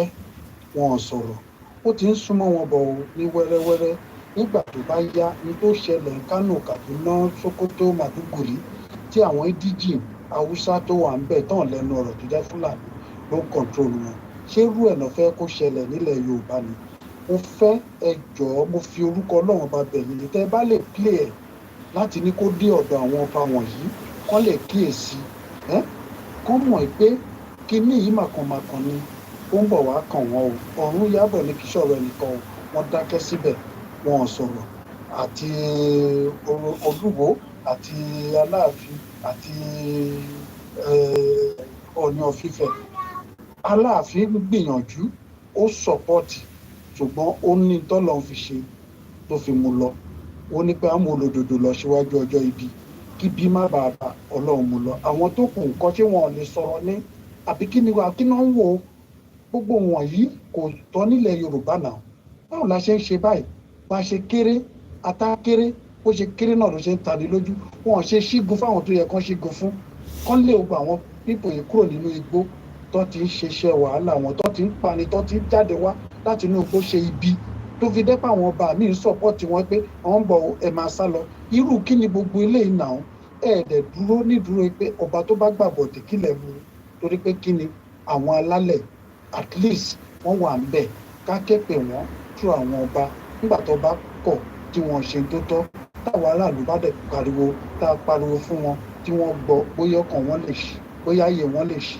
wọn tú tán mú tó fi ń ba ayé wọn jẹ́ tó fi di pé emir ló wá ń pàṣẹ fún pírẹsidẹ́ǹtì àwọn aláìmọ̀kan àwọn èèyàn rádaràda wọ̀nyí tó ń pariwo nípa àwọn ti fún odidi pírẹsidẹ́ǹtì ní 2 weeks is it normal ṣé àwọn ló ní ìlú ni àbí àwọn ni wọ́n pàṣẹ fún ìlú tó fi di pé wọ́n sọ̀rọ̀ ọ̀rọ̀ báyìí táwọn bá dẹ̀ dákẹ́ tí wọ́n wò tó ń sọ̀rọ̀ tá a máa dákẹ́ para wa tán ni àbá máa dákẹ́ kán gbàlú mọ́ wa lọ́wọ́ wọ́n ti pé kínní yìí ọ̀rẹ́dì Ọlọ́run fúnra ẹ ti pé òyìnbó ló ya aláṣejù àwọn colonial masawa ló ya aláṣejù náà so wá pọ̀ torí ó lè táwọn náà fẹ́ jà ẹ ṣe jẹ́ kí wọ́n fọwọ́sowọ́pọ̀ papọ̀ kí wọ́n rí bí òyìnbó ò bá ní dẹrù wa ń bì báyìí ṣùgbọ́n ọ̀nà tó gbà owó tó fi ń fún wọn láti torí àtẹnujẹ tá à ń para wa kò bójú mu mo sọ ilé náà o Koiki tó bá ṣeé ṣe láti pílẹ̀ bá mi ṣe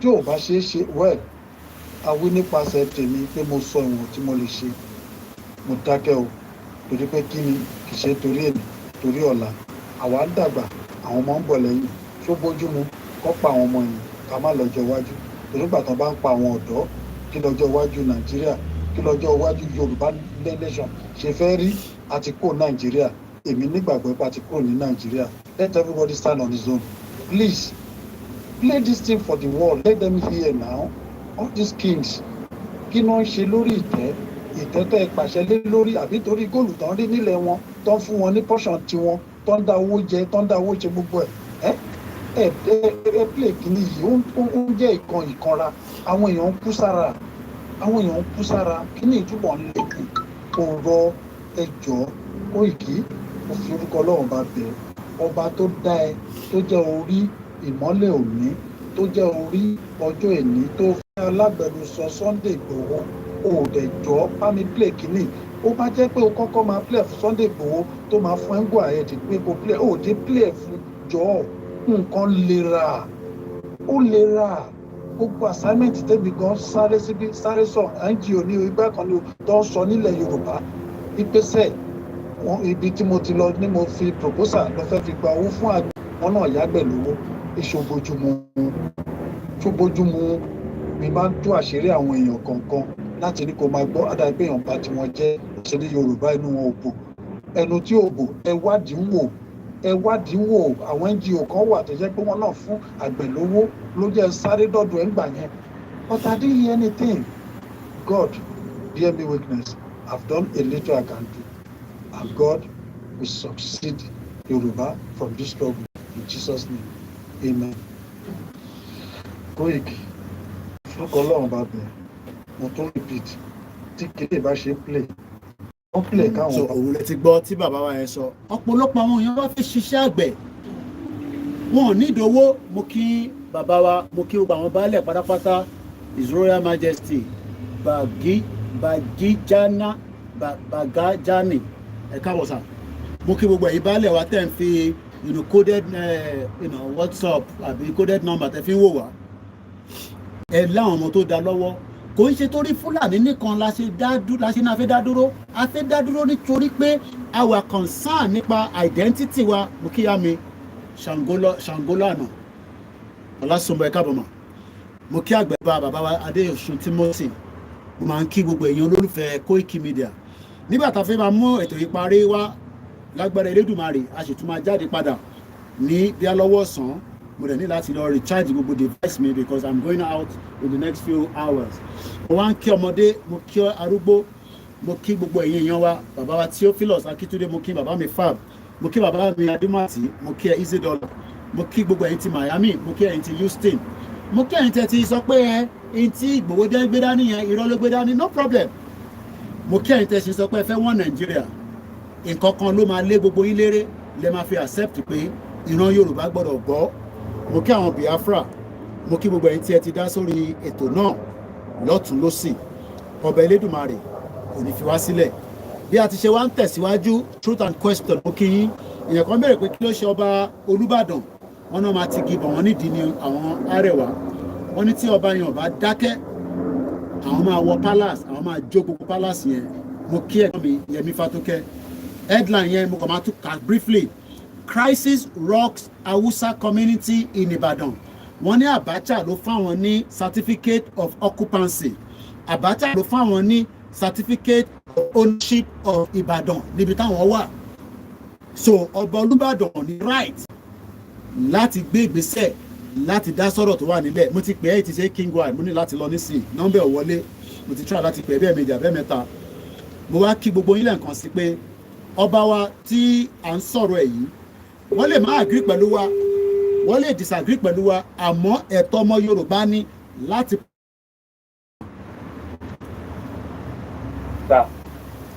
Gbóhùn sókè wọn náà ló ń gbé dá sórí ètò.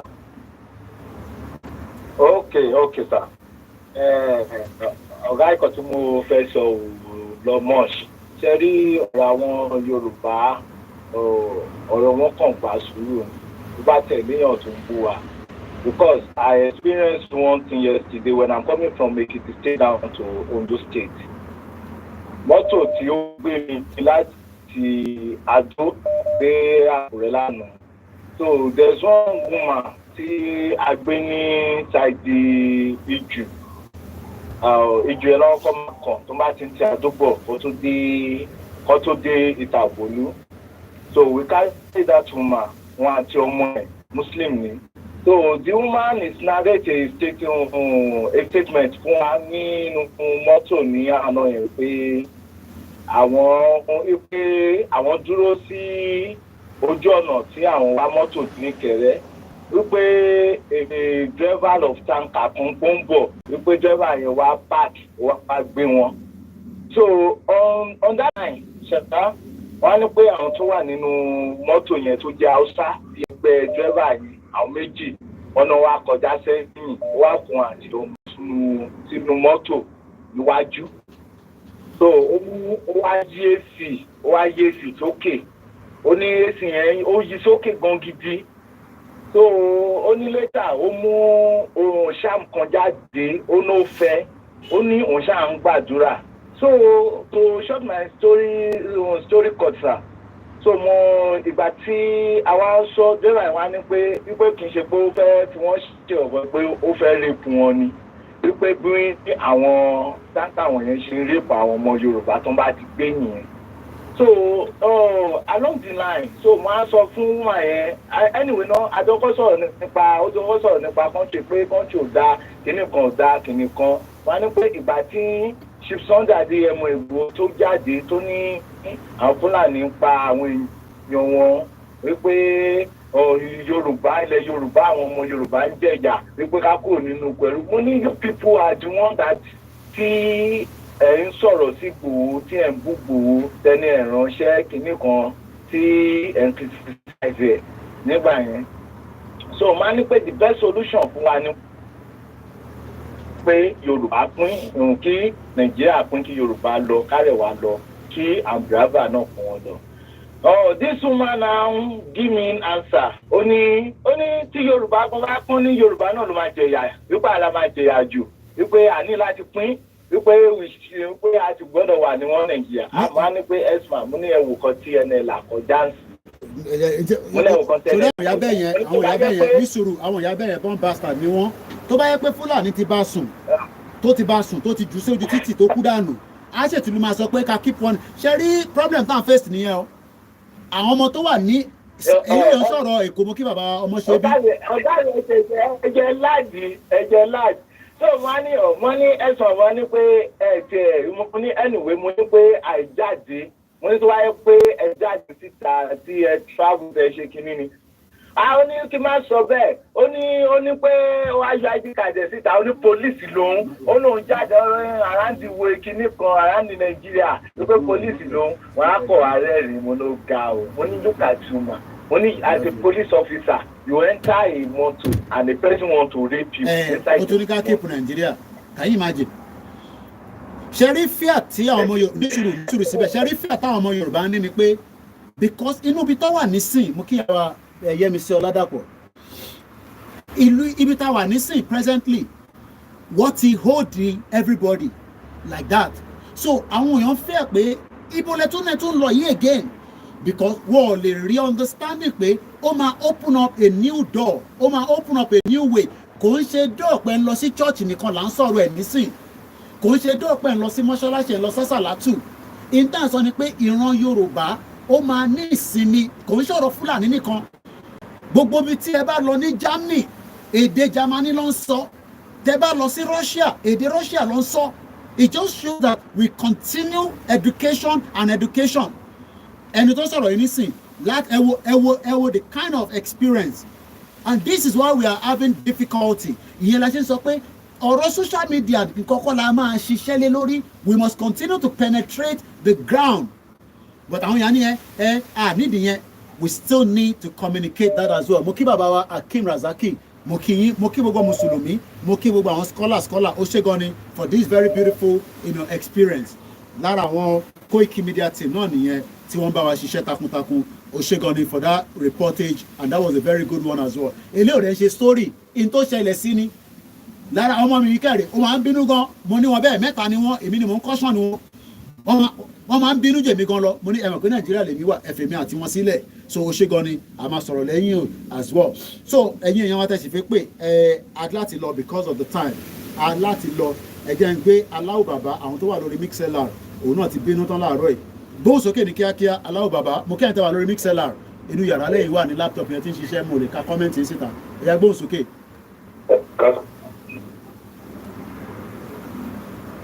à ń gbọ́ ẹ go ahead mo ń gbọ́ ẹ. Hello. Máa sọ̀rọ̀ lọ mò ń gbọ́ ẹ àtẹ̀mọ̀ bí ẹbí báyìí ni máìkì wà bí ẹbí báyìí ni hello máa sọ̀rọ̀ lọ mò ń gbọ́ ẹ.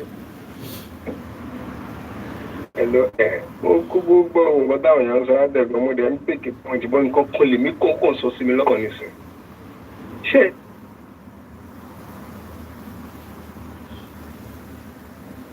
network location 9 6 hours journey ẹ wo network a máa lọ bí ilẹ̀kẹ̀dí ìjọba máa ṣe gbélé dà àwọn kan náà make owó lórí gbogbo àwọn kíní tẹ́ǹṣẹ̀ ẹ̀yà ó ti padà wá à ń gbọ́ ẹ̀ kò sí ọ́fíìsì lẹ́ǹkan à ń gbọ́ ẹ nísìn.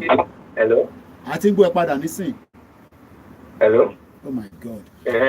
Wọ́n pe iṣẹ́ possible kí president kàn issue certificate káwọn ọba yẹn kọ́ sọ pé àwọn ò mọ̀ nínú 94 lẹ́lẹ̀ bí báwọn ò mọ̀ pé kàn issue certificate láti federal fún ẹ̀yà kan láti wá máa jẹ gàba lórí àwọn ẹ̀yà kan lọ́dọ̀. Ṣé wọ́n sọ pé àwọn ò mọ̀ ni? Wọ́n mọ̀.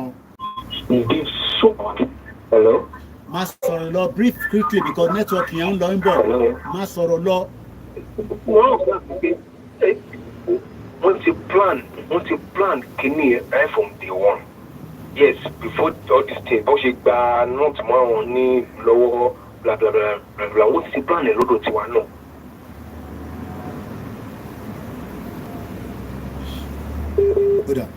I'm gonna let him go because the network seems to be very very bad. Previous administration, a lot of promises were was released from prison, but he issued a fresh ultimatum for Fulani community that are residing in Yoruba land to leave the region within 10 days. This time around, we, the Northern Consensus Movement of Nigeria, will do everything possible to stop that move. And if he refuses to listen if he resists to listen, then we have no option rather than to ask Yorubas that are resident in the northern Nigeria to also.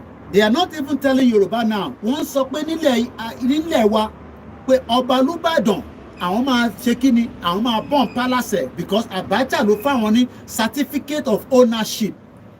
Ẹ jẹ́ kí n ká ibẹ̀ yẹn and I have to start going now because mo fẹ́ pẹ́ mọ́ púpọ̀.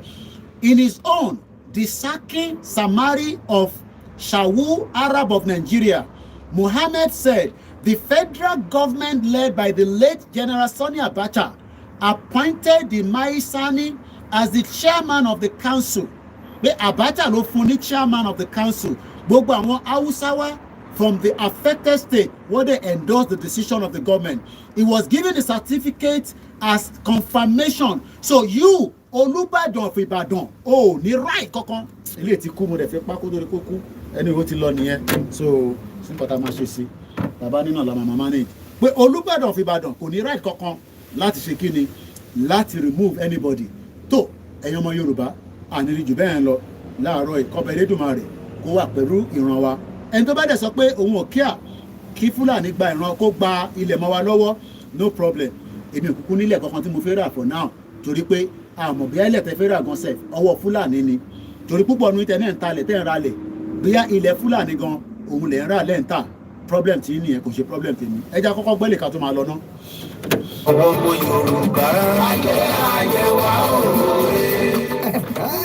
tẹ́tẹ̀ báwọn núrò yẹ kó mọ̀ pẹ́ dá. torí ẹni tó bá kọ̀ tí ò dúpẹ́ orí ẹgbẹ̀fà. irú wọn ti bẹ́ gidi náà orí ẹgbẹ̀je níjọ. ìdí àti abárè tí àwọn Yorùbá UK Central ṣe parapọ̀ sàṣẹ̀rò nínú ìmọ̀ ìjìnlẹ̀ wọn. tí wọ́n sì ya ọjọ́ kan àrà ọ̀tọ̀ sílẹ̀ fún ìdúpẹ́. lórí ibi àti bẹ̀rẹ̀ ibi abadé àti ibi tá ń lọ láìpẹ́. àkọ́kọ́ rú ẹ̀ tí àwọn ìkàn lókọlókọ ọmọ Yorùbá lágbàáyé yóò mọ parapọ̀ fún ọ̀dọ̀ kan sọ wípé Olúwa ó ṣe é. ká sì ti mọ láǹfààní láti mọ pàdé àwọn olólùfẹ́ wa gbogbo. láwọn tí wọ́n jó nígbọ̀wọ́ fún ètò ìdúpẹ́ yìí. bẹ̀rẹ̀ látòrí Yorùbá UK Central Office fúnra lára wọn gan. tí wọ́n jó ní nǹkan là ń jọ ṣe. Koiki Media tí wọ́n jágbẹnusọ fún Dr. Sunday Igboho Òòṣà. Gbẹ̀dú magazine ti ka lára rẹ̀. Dr. Sabi talk show. Sanfatis FM. gbogbo àpapọ̀ Yorùbá World Congress àti Yorùbá World Media lágbàáyé. ọjọ́ ọpẹ́ lọ́jọ́ àbámẹ́ta lẹ́yìn tó jọjọ́ kejì oṣù kejìlá ọdún tí a wà yìí. ní Abadasha Hasham College Pips Road side Pips Road London SE14 5SF UK 135 Pips Road London SE14 5SF ní ó ti máa wáyé. bẹ̀rẹ̀ látago mẹ́ta ọ̀sán títí di agogo mẹ́wàá àṣálẹ́ UK time. ọ̀fẹ́ àti ìrọ̀rùn ní ètò jíjẹ mímu ọjọ́ náà mọ bọ́sí fún wa. tá ò sì ní gba kọ́bọ̀ lọ́wọ́ ẹnikẹ́ni fún owó ìwọlé. tó já sí wípé gbogbo ẹni tó bá fẹ́ wá sí bí ètò ìgbà yìí lọ́jọ́ náà ó gbọ́dọ̀ gba tíkẹ́ẹ̀tì wọlé rẹ̀ lórí Eventbrite. lọ́kàn tẹ́ bá ti tẹ